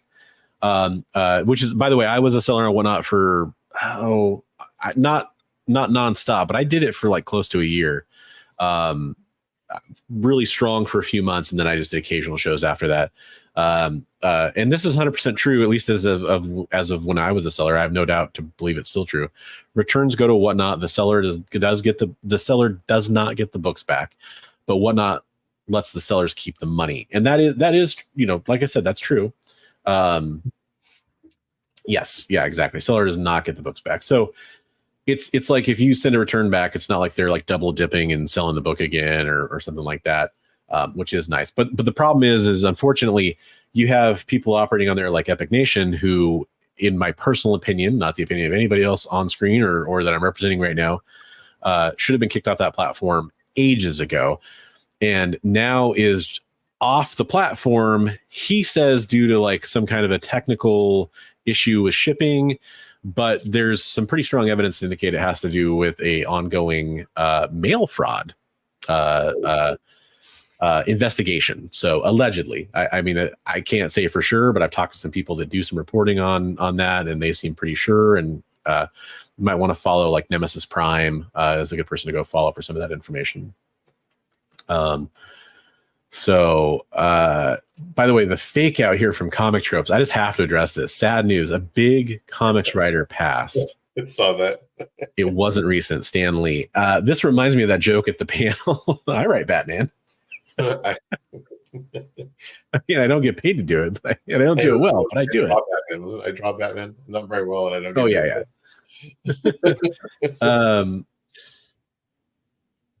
Yes. So Comic Trips also said they've asked me many times to do a show on their platform, but I don't understand what I'd sell. Maybe they expect me to sell my old comics and just bring my audience there. And that is, I think you're 100% right. With the follow-up coming here from Renegade Rants, they want your audience. That is pretty much their MO from what I've seen and what I know. They brought in, and a lot of people I'm about to name, I really like, or I've had good interactions with them, but they brought in like all the big comic collecting, YouTubers, to do shows. And it's been a wild ride following some of that stuff as it's gone on, for sure. Shout out to Hector Ortiz. What was that, baby? Bueller was in there for a while. Yep, Bueller was actually sponsored by WhatNot for a while, and that kind of ended in flames, historically. So, as he had to kind of set the record straight. Well, I mean, some of them have digital signal noise issues, and they get like a 9. But yeah, for the most part, chasing that dopamine dragon. But I mean, it is funny, and there's a lot of great jokes being made about it. But there is also this serious thing that happens where, I'm dead serious. When I made those videos, like the top 5 not to buy, there's a lot of people that they would take like the top 10 lists and the trending 20 lists of these apps and stuff like that, and they would blow a lot of money on this stuff thinking like, oh, well, I'm going to hit it big when this book pays off and hits. And if you followed up, I did a follow-up series where I went back and tracked the prices across multiple platforms. 90% of those books were much less expensive than they were when they were on those lists, or back down to their level, and people were going crazy buying them when that list came out.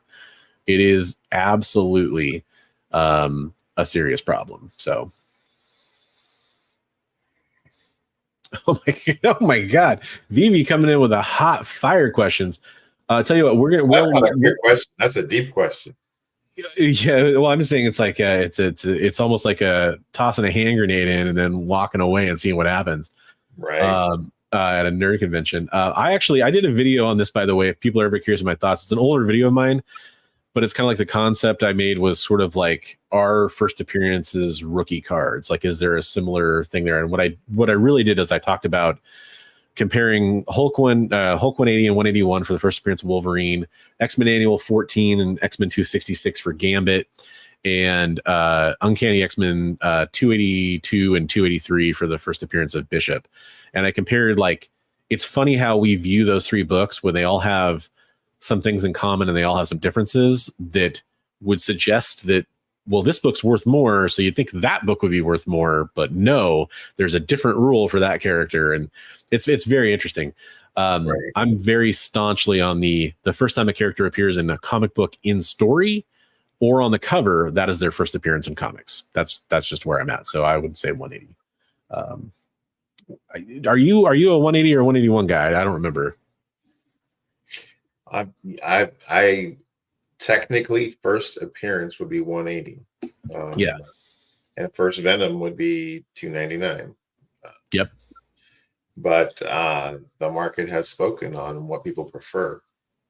Yeah. So. Hey, yeah, I was gonna say you got a copy of that. Oh, hey, by the way, Vivi, no, none of this is like. But I have lots of content that's directed at people that are kind of new to comic book collecting or interested in those kind of topics. The only joke is that those things are so discussed sometimes that people are like, here we go again, but they're valid topics. That's why they keep getting discussed over and over again. So we absolutely love having you here asking those kinds of questions, dude. Yeah, thank you for doing that. Really cool. Yeah. We are at the point where I need to take my last and final ad break. So final reminder here. By the way, you really want to come back from this one. We have a slate of amazing community art. We have, I'll just tease you with this. We have professional artists that have reached out that want to be included in the community art section. They're not going to be part of the big contest we're doing. We're going to exclude them from that. But they reached out to Big B and they're like, hey, can I get my art? Some of this art is just phenomenal. It's really cool. One of the pieces, like, I would love to own the OA. And then there's amazing art from some of our community members you've seen before and some new ones. So I highly recommend sticking around. check that out. We're going to be back in less than 2 minutes for our last break here, and we'll see you for the rest of the video at the end. Some comic live streams seem like they're just throwing everything at the wall. Hey, you want this unknown comic? Here, how about this boring one? Found this one in a rain gutter. Give me some money for it. I know this looks like a rotting sandwich, but I swear it's a comic.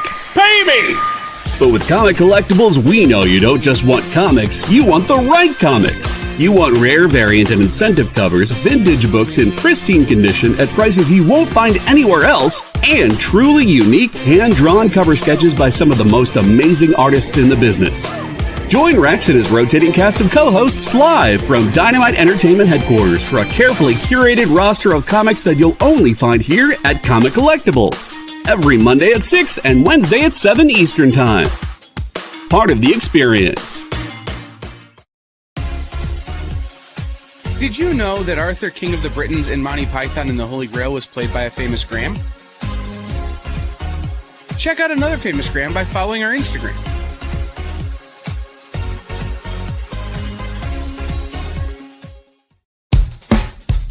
Download our app on Google Play and the App Store. It's so simple, even my mommy can use it.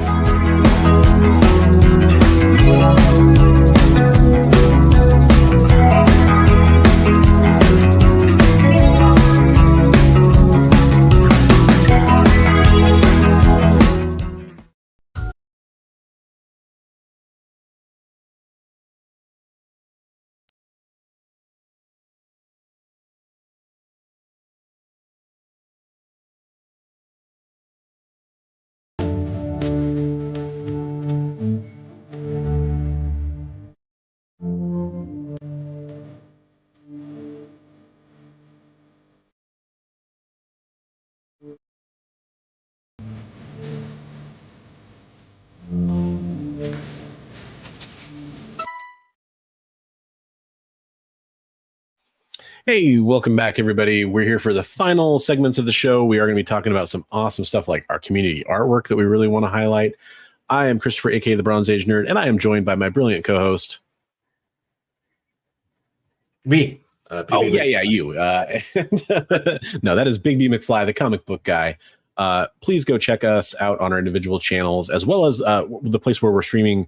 In addition to our channels, the EXP, definitely go hit them up and give them a subscription. There is lots of amazing content on the EXP that I think you're going to like.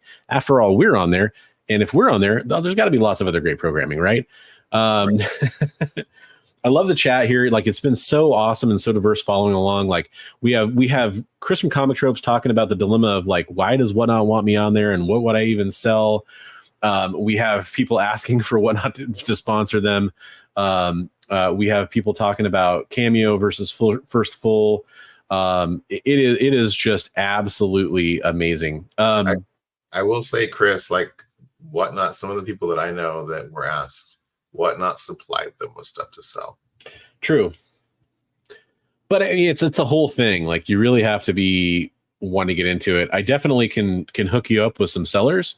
If you want to kind of like understand if it's like what it's like on the level I imagine that you'd be on if you started selling that platform.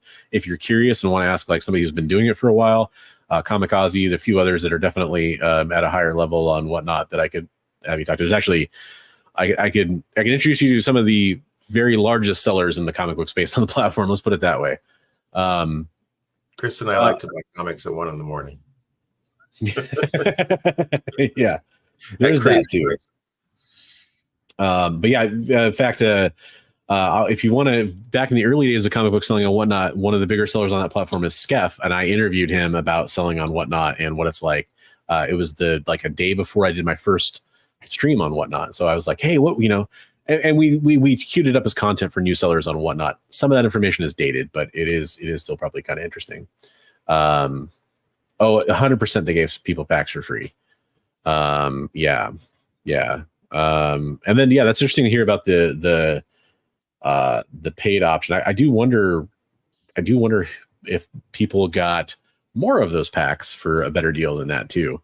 I bet you we could find that out.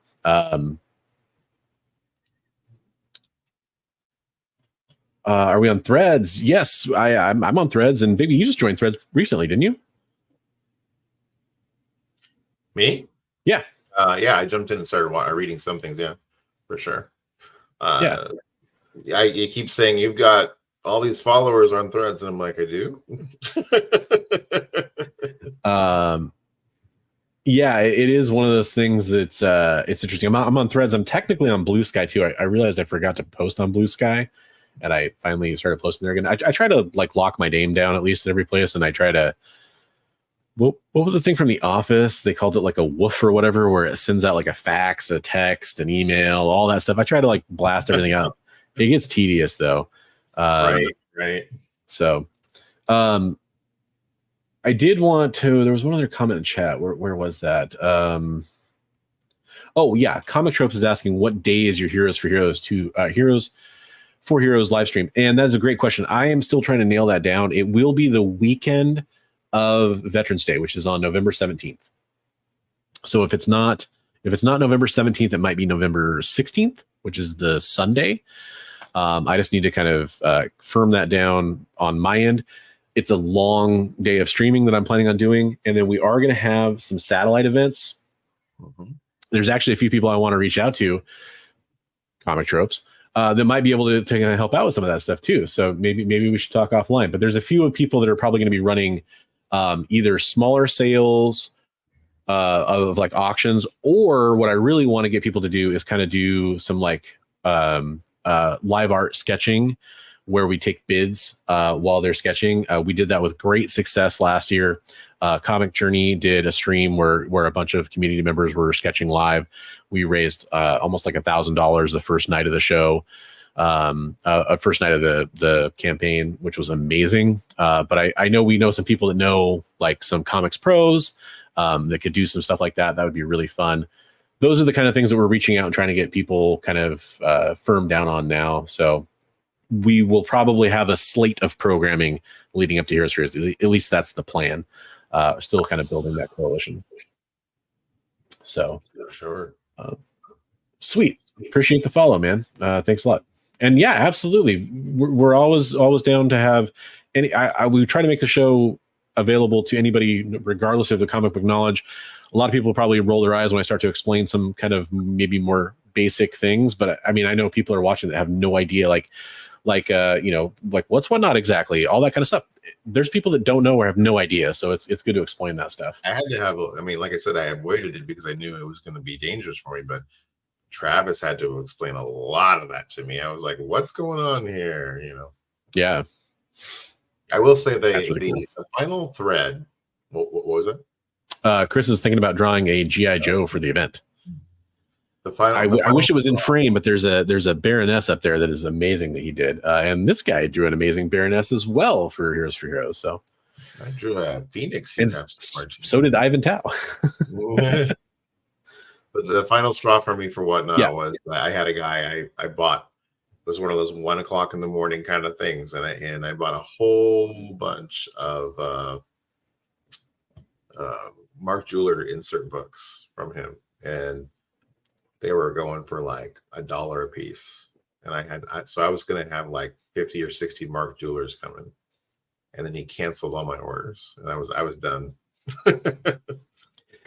Yeah, I mean, I've definitely, as a seller on there, I've definitely had things go for like, especially since I was a smaller seller. I think, when WhatNot was kind of ramping up in the comics division, I think I had like 600 followers probably, which was nothing to sneeze at, but a lot of people had over 1,000 at that point already. And a couple people had over like 2,000 already.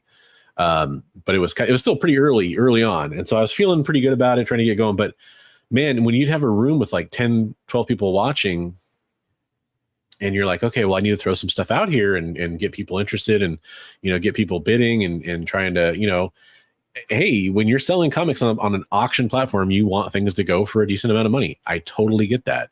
I think as long as you do that ethically, again, it's if the audience wants to pay for it, that's fine. I never hyped up books. In fact, there's often times where I was like, yeah, I wouldn't pay more than this for this book or that kind of stuff because I just don't want people to overpay for stuff. But there's also times where things that were like $100 book at the time or $80 book at the time would go for like $15 and $10. You're like, oh, like that's a big hit, like Well, this fellow bought like bulk lots from like an auction house or something, and so like he did a really good job of like showing the condition of the books, the fronts, the backs, and he would open them up and show the interior. And he's like, "Well, this thing has like a glossy thing in the middle. What is this?" And people had to explain to him what Mark Jewelers were, and he was like, "Okay, well, we're gonna start it at $1," and nobody was bidding, and so I was just like, "Wow, okay, you know." Wow. But I think somebody must have contacted him after the show, and then he just canceled. It was like I was at work the next day. It was just like bing, bing, bing, bing. My phone just started lighting up. Cancel, cancel, cancel, cancel, cancel. I was just like, all right, I'm done.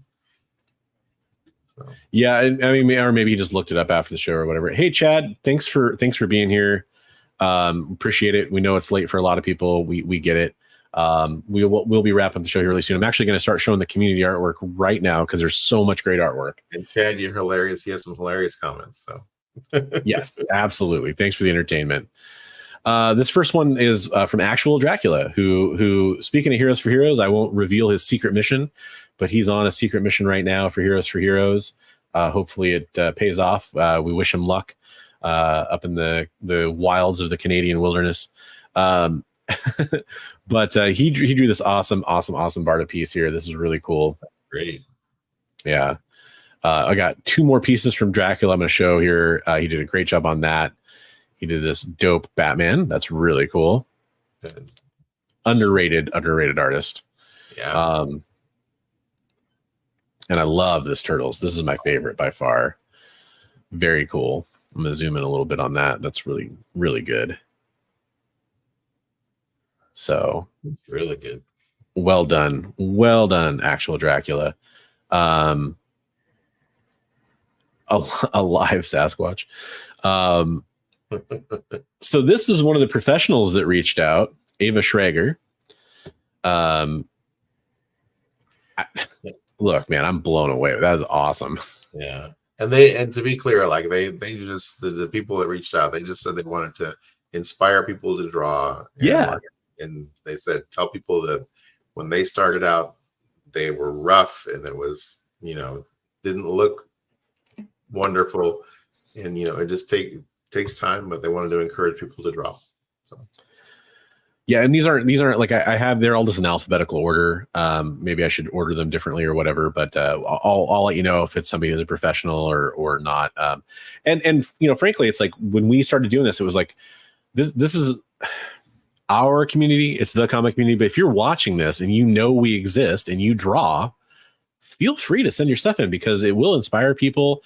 This is a huge part. Like I said earlier, we had some more heated, controversial topics. Everybody in chat was awesome. Everybody has been great about everything so far. But it's one of those things where it's like we talk about the positivity, we talk about like the awesomeness, people inspiring others, people drawing awesome stuff. That is how we do it. So. And you can find Ava at cons. She's there doing. Yeah. She was a terrific con. She had a booth there. That's right. This is awesome. Nice little Sephiroth here. I had to read a little bit about him. So he's the one-winged angel, huh? And it's a character from Final Fantasy is really the claim to fame. But yeah. Awesome art. Kind of a switch up from the last stuff, but hey, I like it as well. Good job. And this was my favorite. This is awesome. This is awesome. This is a great Harley Quinn. Yeah, she did a great job. I'm sorry, the picture is a little blurry. That's not the art. I think it's just the resolution of the picture. Yeah. But yeah, it's fantastic. I love this. I love the classic Harley. It's great. So good job. Good job, professional artist. Well done. You continued. No, in all seriousness, really well done. Speaking of talented artists, though, I mean, we've got lots of talented artists, including Ben Taz, who's in here. Been in here, I think, every week that we've shown community artwork, I want to say. Oh, yeah. And continues to impress. I've still got even more artwork that you haven't seen yet from Ben. Huge range. So we have this from, this is the comic that he's working on, I believe, right? He has a little graphic novel that he self-published. Yep. Okay. in addition to, I love this comic. I mean, this is great. Yeah, I love that. That actually like cheered me up the day I saw it, just like how clever that was. I like it. And then this has also been, so just showing that range. Great detail in that city. Very like I don't know, like Akira or Ghost in the Shell or whatever. And that art style, that reminds me of like Turtles stuff. Almost like the city looks and everything. But. Very much so. I know it's gonna be a little blurry, but I mean, just I drew a terrible cityscape for John Stout behind Batman. He won like a super chat prize or a giveaway prize for Heroes for Heroes. So that's why I drew him as a big Batman city skyline. And man, drawing like complicated city skylines is tedious. And look at all this. Look at all this detail. Just did a fantastic job. So well done there. I think this next one is actually, I definitely want you to talk about this, Bigby. So this is my son. My son, he was wanting me to design some characters for him. And so he gave me a basic outline of what he wanted the guy's costume to look like, and then I kind of 3D rendered it for him, or art rendered it myself. So, yeah, that is very cool. Did he name the character? I don't remember the name of the character. Okay, fair enough. But so this is kind of what your son did, is that kind of like let's call it like a concept sketch, right? Right, concept sketch. And then here's what Bigby is working on for it. That's really cool. Turning what he drew into what, yeah, look more like what it could look like in a game or something. So it kind of reminds me of Darklon from G.I. Joe, actually, Destro's son. I can see that. Yeah, that's cool in a good way. I mean, I'm obviously a fan of that stuff. Good job, man. That's fun.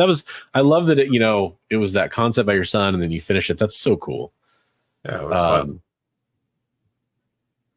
fun. Do you only have digital copies of these? So I only have digital copies of these, and we will, as we count down towards the end of the year, like probably after Heroes for Heroes, I'll be sharing a lot more of this on my Instagram feed. I'm sure Bigby will probably do collaborations so we can both share it as we count down and have people like kind of vote on what they like the most, and try to narrow it down to what people's favorite submission by each artist was, so we can kind of do a giveaway for all the non-professional artists. Oh, I'm sorry. You're correct. Yeah. His cousin, not his son. Whew. Yeah.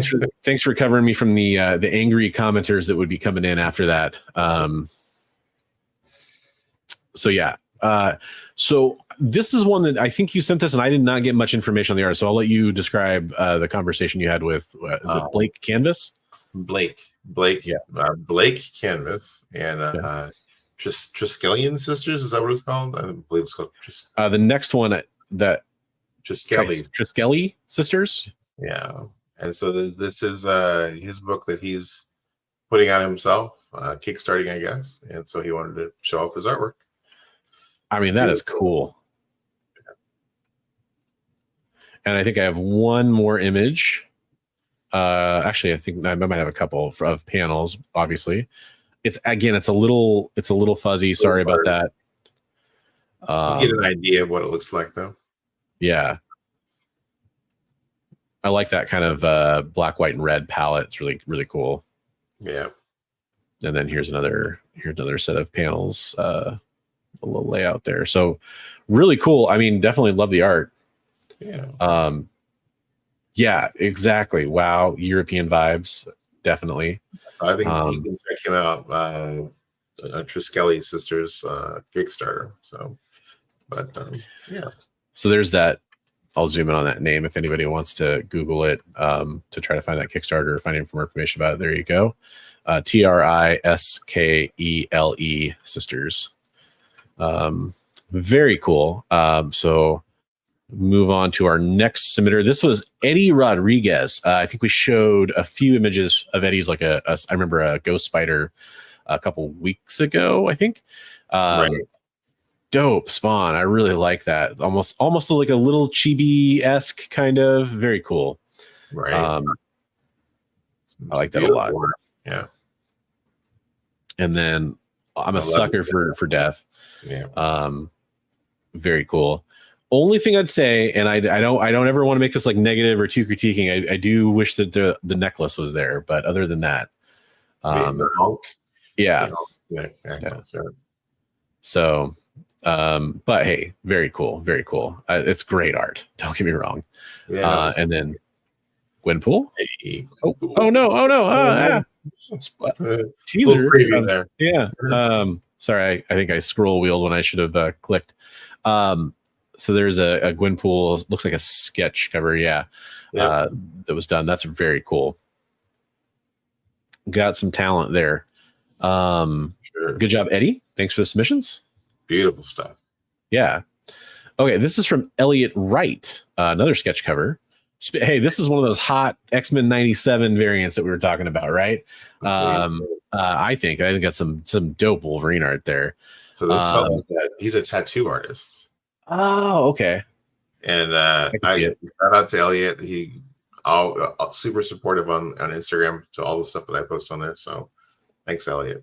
So fair. I mean, that's a really good Wolverine, like Logan there. Yeah, just excellent use of all the deep blacks and everything. Yeah, for sure. Like a tattoo artist would do, right? I mean, yeah. Definitely. I love, like, I don't have any tattoos, but I love tattoo art. So I definitely can respect that. That's really cool.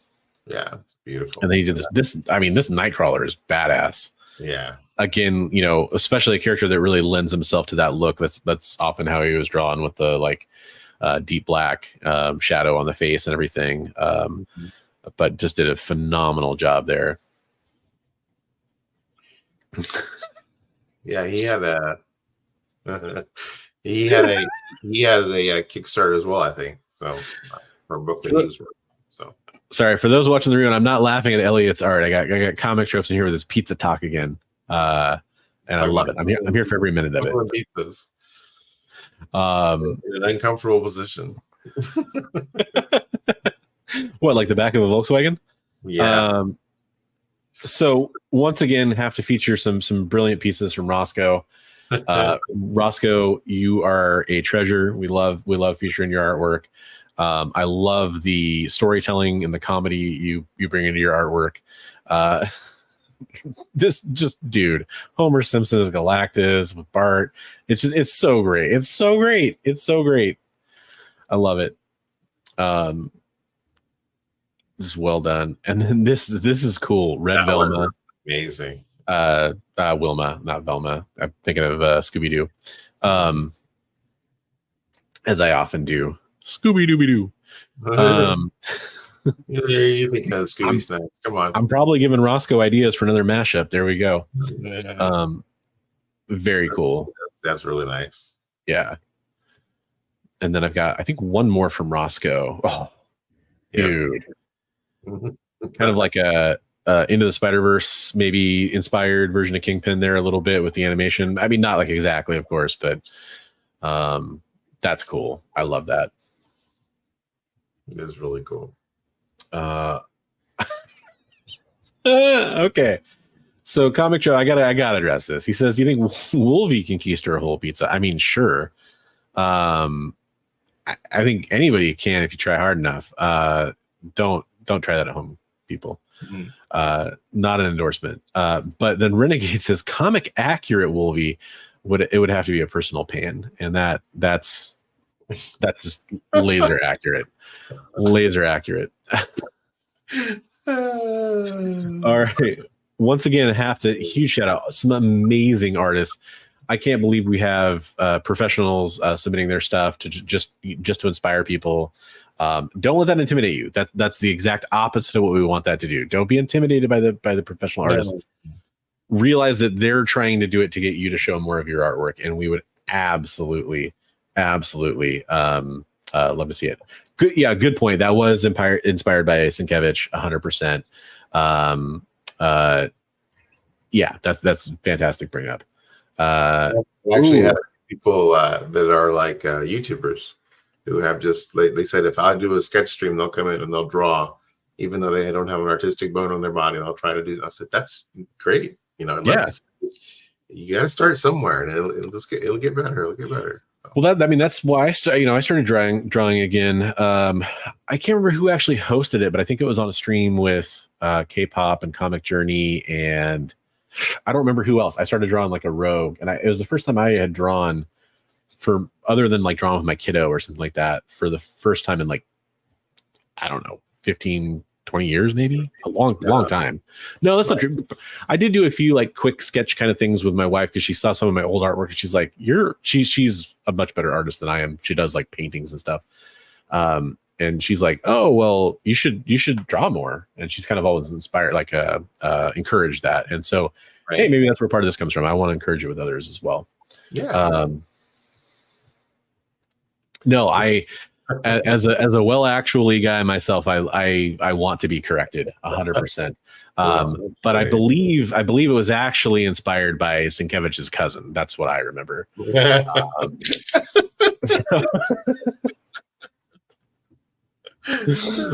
For Heroes, you two could body paint each other. Definitely. I mean, we could do lots of things. I want to get donations though. Right. They didn't say we had to put it on camera. We could. That's true. That's true. Well, yeah, good point. I don't know. I was just picturing it happening live. My camera is like you're trying. Don't laugh. Don't. You're tickling. No, keep going. So the. By the way, shout out to K-pop, who I know attended a con this weekend and got a chance to meet up with the old co-host and the executive producer over at the EXP. Got to meet up with Kyle. Saw a picture of you two hanging out there. That was really cool to see. Mystique. I'm just picturing like that Pink Floyd album cover where it was all the women's backs. It was like their album covers on their backs, or I guess it wasn't an album cover, it was a poster or whatever. Yeah, that's what I'm picturing. Soon to be award winning. Ooh, interesting. Nice. I'm glad you two got a chance to meet up. That said, community art is something that we always want to feature. So if you have art and you're watching right now, please send it in. We'd love to show it. Give us that opportunity to praise your artwork. It doesn't matter what level you're at. We want to see it. That's what she said. And also on that note, on a more serious note, this whole stream has been off the rails. But luckily I can just blame like comic tropes and it'll be fine. I'm gonna get a phone call tomorrow. But it's the other thing I want to mention is he's mentioning Heroes for Heroes. If you have any way you want to contribute to Heroes for Heroes, please reach out. We're going to feature all that kind of stuff on those feeds as well. It is coming up. It's making my heart pound just thinking about it. It's coming up here in about 2.5 months. So we definitely, that sounds like a lot of time. It's really not. We've got a lot of work to do, and we need all those amazing donations from people, whether it's to the Mission 22, whether it's just your efforts in donating your time to help raise awareness, or if you want to donate comic books or art or something like that for us to auction off to raise money for that cause, as many people have done, and I'm thankful to all of them. We definitely appreciate it. So thank you very much. On that note, I know you've had some content come out. Is there anything you want to promote before we sign off for the night? I've got to tweak up some. I got to put some music to a video that's coming out shortly after we end the stream. So I got to put a little bit of music on there, and it's going to be coming out. So that'll be coming out tonight. Nice. I've got a couple irons in the fire. I've got a lot of Heroes for Heroes stuff I'm doing, reaching out, all that kind of stuff. But that's going to be all pretty much on the back end. I do have one more that I'm working on. Yeah. I'm doing the thing that Bueller asked everybody to do, the most important video we've ever made. So if you guys aren't aware, Jen, I thought it was on our show notes. Wasn't it in our show notes? You know what? It was, and this is just me not being with it. I'm going to bring it up here in a second. So yeah, you keep talking. So she's dealing with a battle with fighting cancer, and so she needs our help. She's a very important member of the comic community and just an awesome person in general. And so she's got that ongoing battle going on, and we're just trying to help raise some money. She has a GoFundMe page, and yeah, she could use your help. And just an awesome gal. So I'm making a video to do that. And I've done some stuff on Instagram. I've asked people to repost and share and just get the word out. I think, like Bueller said, if everybody that gets to watch these videos only donated $1 to $5, she'd be doing well and not having to worry about where the money is going to come from to pay the bills, and just being able to focus on getting better. So yeah, and it's just to echo that, I've had the pleasure of meeting her. She's an extremely warm, wonderful person.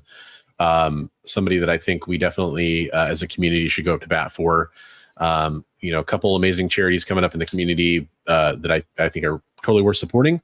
But right now, I think it's very key that we support this one. And this is a push that I'm not going to forgive myself for not talking about at the beginning of the show. I definitely should have done that. Unfortunately got into the flow of doing the comic news. But we are talking about it now. And if you can share out that GoFundMe, go visit that link. Watch any videos that are coming out in support of her. I know it's, might look like, oh, hey, she raised a lot of money. That's over the course of like the last year plus or so. And I know that a lot of that money has been spent on things like her very important and urgent medical care. So we definitely need to do more for her as a community if we can. And I think we can. So, and I think we will. Extremely important. She had the goal originally was 25, and we hit the 25, but then the ongoing care has gone past the time period that we thought was going to take, and so now we're trying to fire it up again to get more money for her to take care of things. So really, we're only a few thousand past the original goal of where it was. So yeah, and worth pointing out, I think Bueller pointed this out in his post. It's really comes down to a lot of the things that she was depending on for her normal revenue streams and stuff like that, and coverage are drying up, and so it's actually going to be even more critical. And I'm telling you, you're not going to regret supporting this. It's going to be something that's going to be important for you and us as a community, and I really do hope that everybody out there takes a second, at least go check out the page and go get to know a little bit about Jen. We do want to keep Jen reading. It is very important to this community. I think that we're doing ourselves a disservice if we don't. So yeah. So I'll be doing a video on that too. So there's awesome, man. Let me know how I can help if I can. So very cool. So definitely go check it out. Again, the link is in the chat. Definitely go check out the GoFundMe. And I think it's a great place to end the show. It's an important cause. So it is. Yeah, it is. I would do the same thing for anybody else in the comic community if we had something like that come up. So yeah, absolutely. And we'll probably be talking about it here for a couple more streams. Hopefully we'll catch a different batch of viewers at the beginning of the next stream or something like that too. So with that said, we will be signing up, but we will be coming back next week. We'll have another stream next Monday at 8 p.m. where we'll tackle all kinds of new stuff. Well, let's see what we're going to talk about. Maybe you know what we're going to talk about and you want to hit us up and let us know. That would be great too. We'd love to hear from you if you have a topic.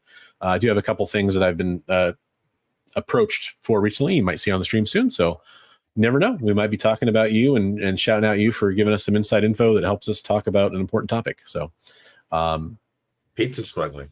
Yeah, pizza smuggling. It's a real problem in movie theaters. This one secret will drive theater managers mad. So tune in next week for more pizza smuggling advice. Maybe this is a perfect segue to maybe we need to get Comic Trips on here as a guest star for next week so he can give us some tips. Appreciate everybody being here. Thanks for being such a lively and fun chat. We look forward to seeing you next week, not only on my channel, not only on Big B McFly, the Comic Book Guys channel, but also over on the EXP. Go check us out, subscribe to all those places, and we'll see you next week on the stream. Until then, keep reading comics every day and share your love of comics with everyone you meet. All right, folks. See you next week. Goodbye.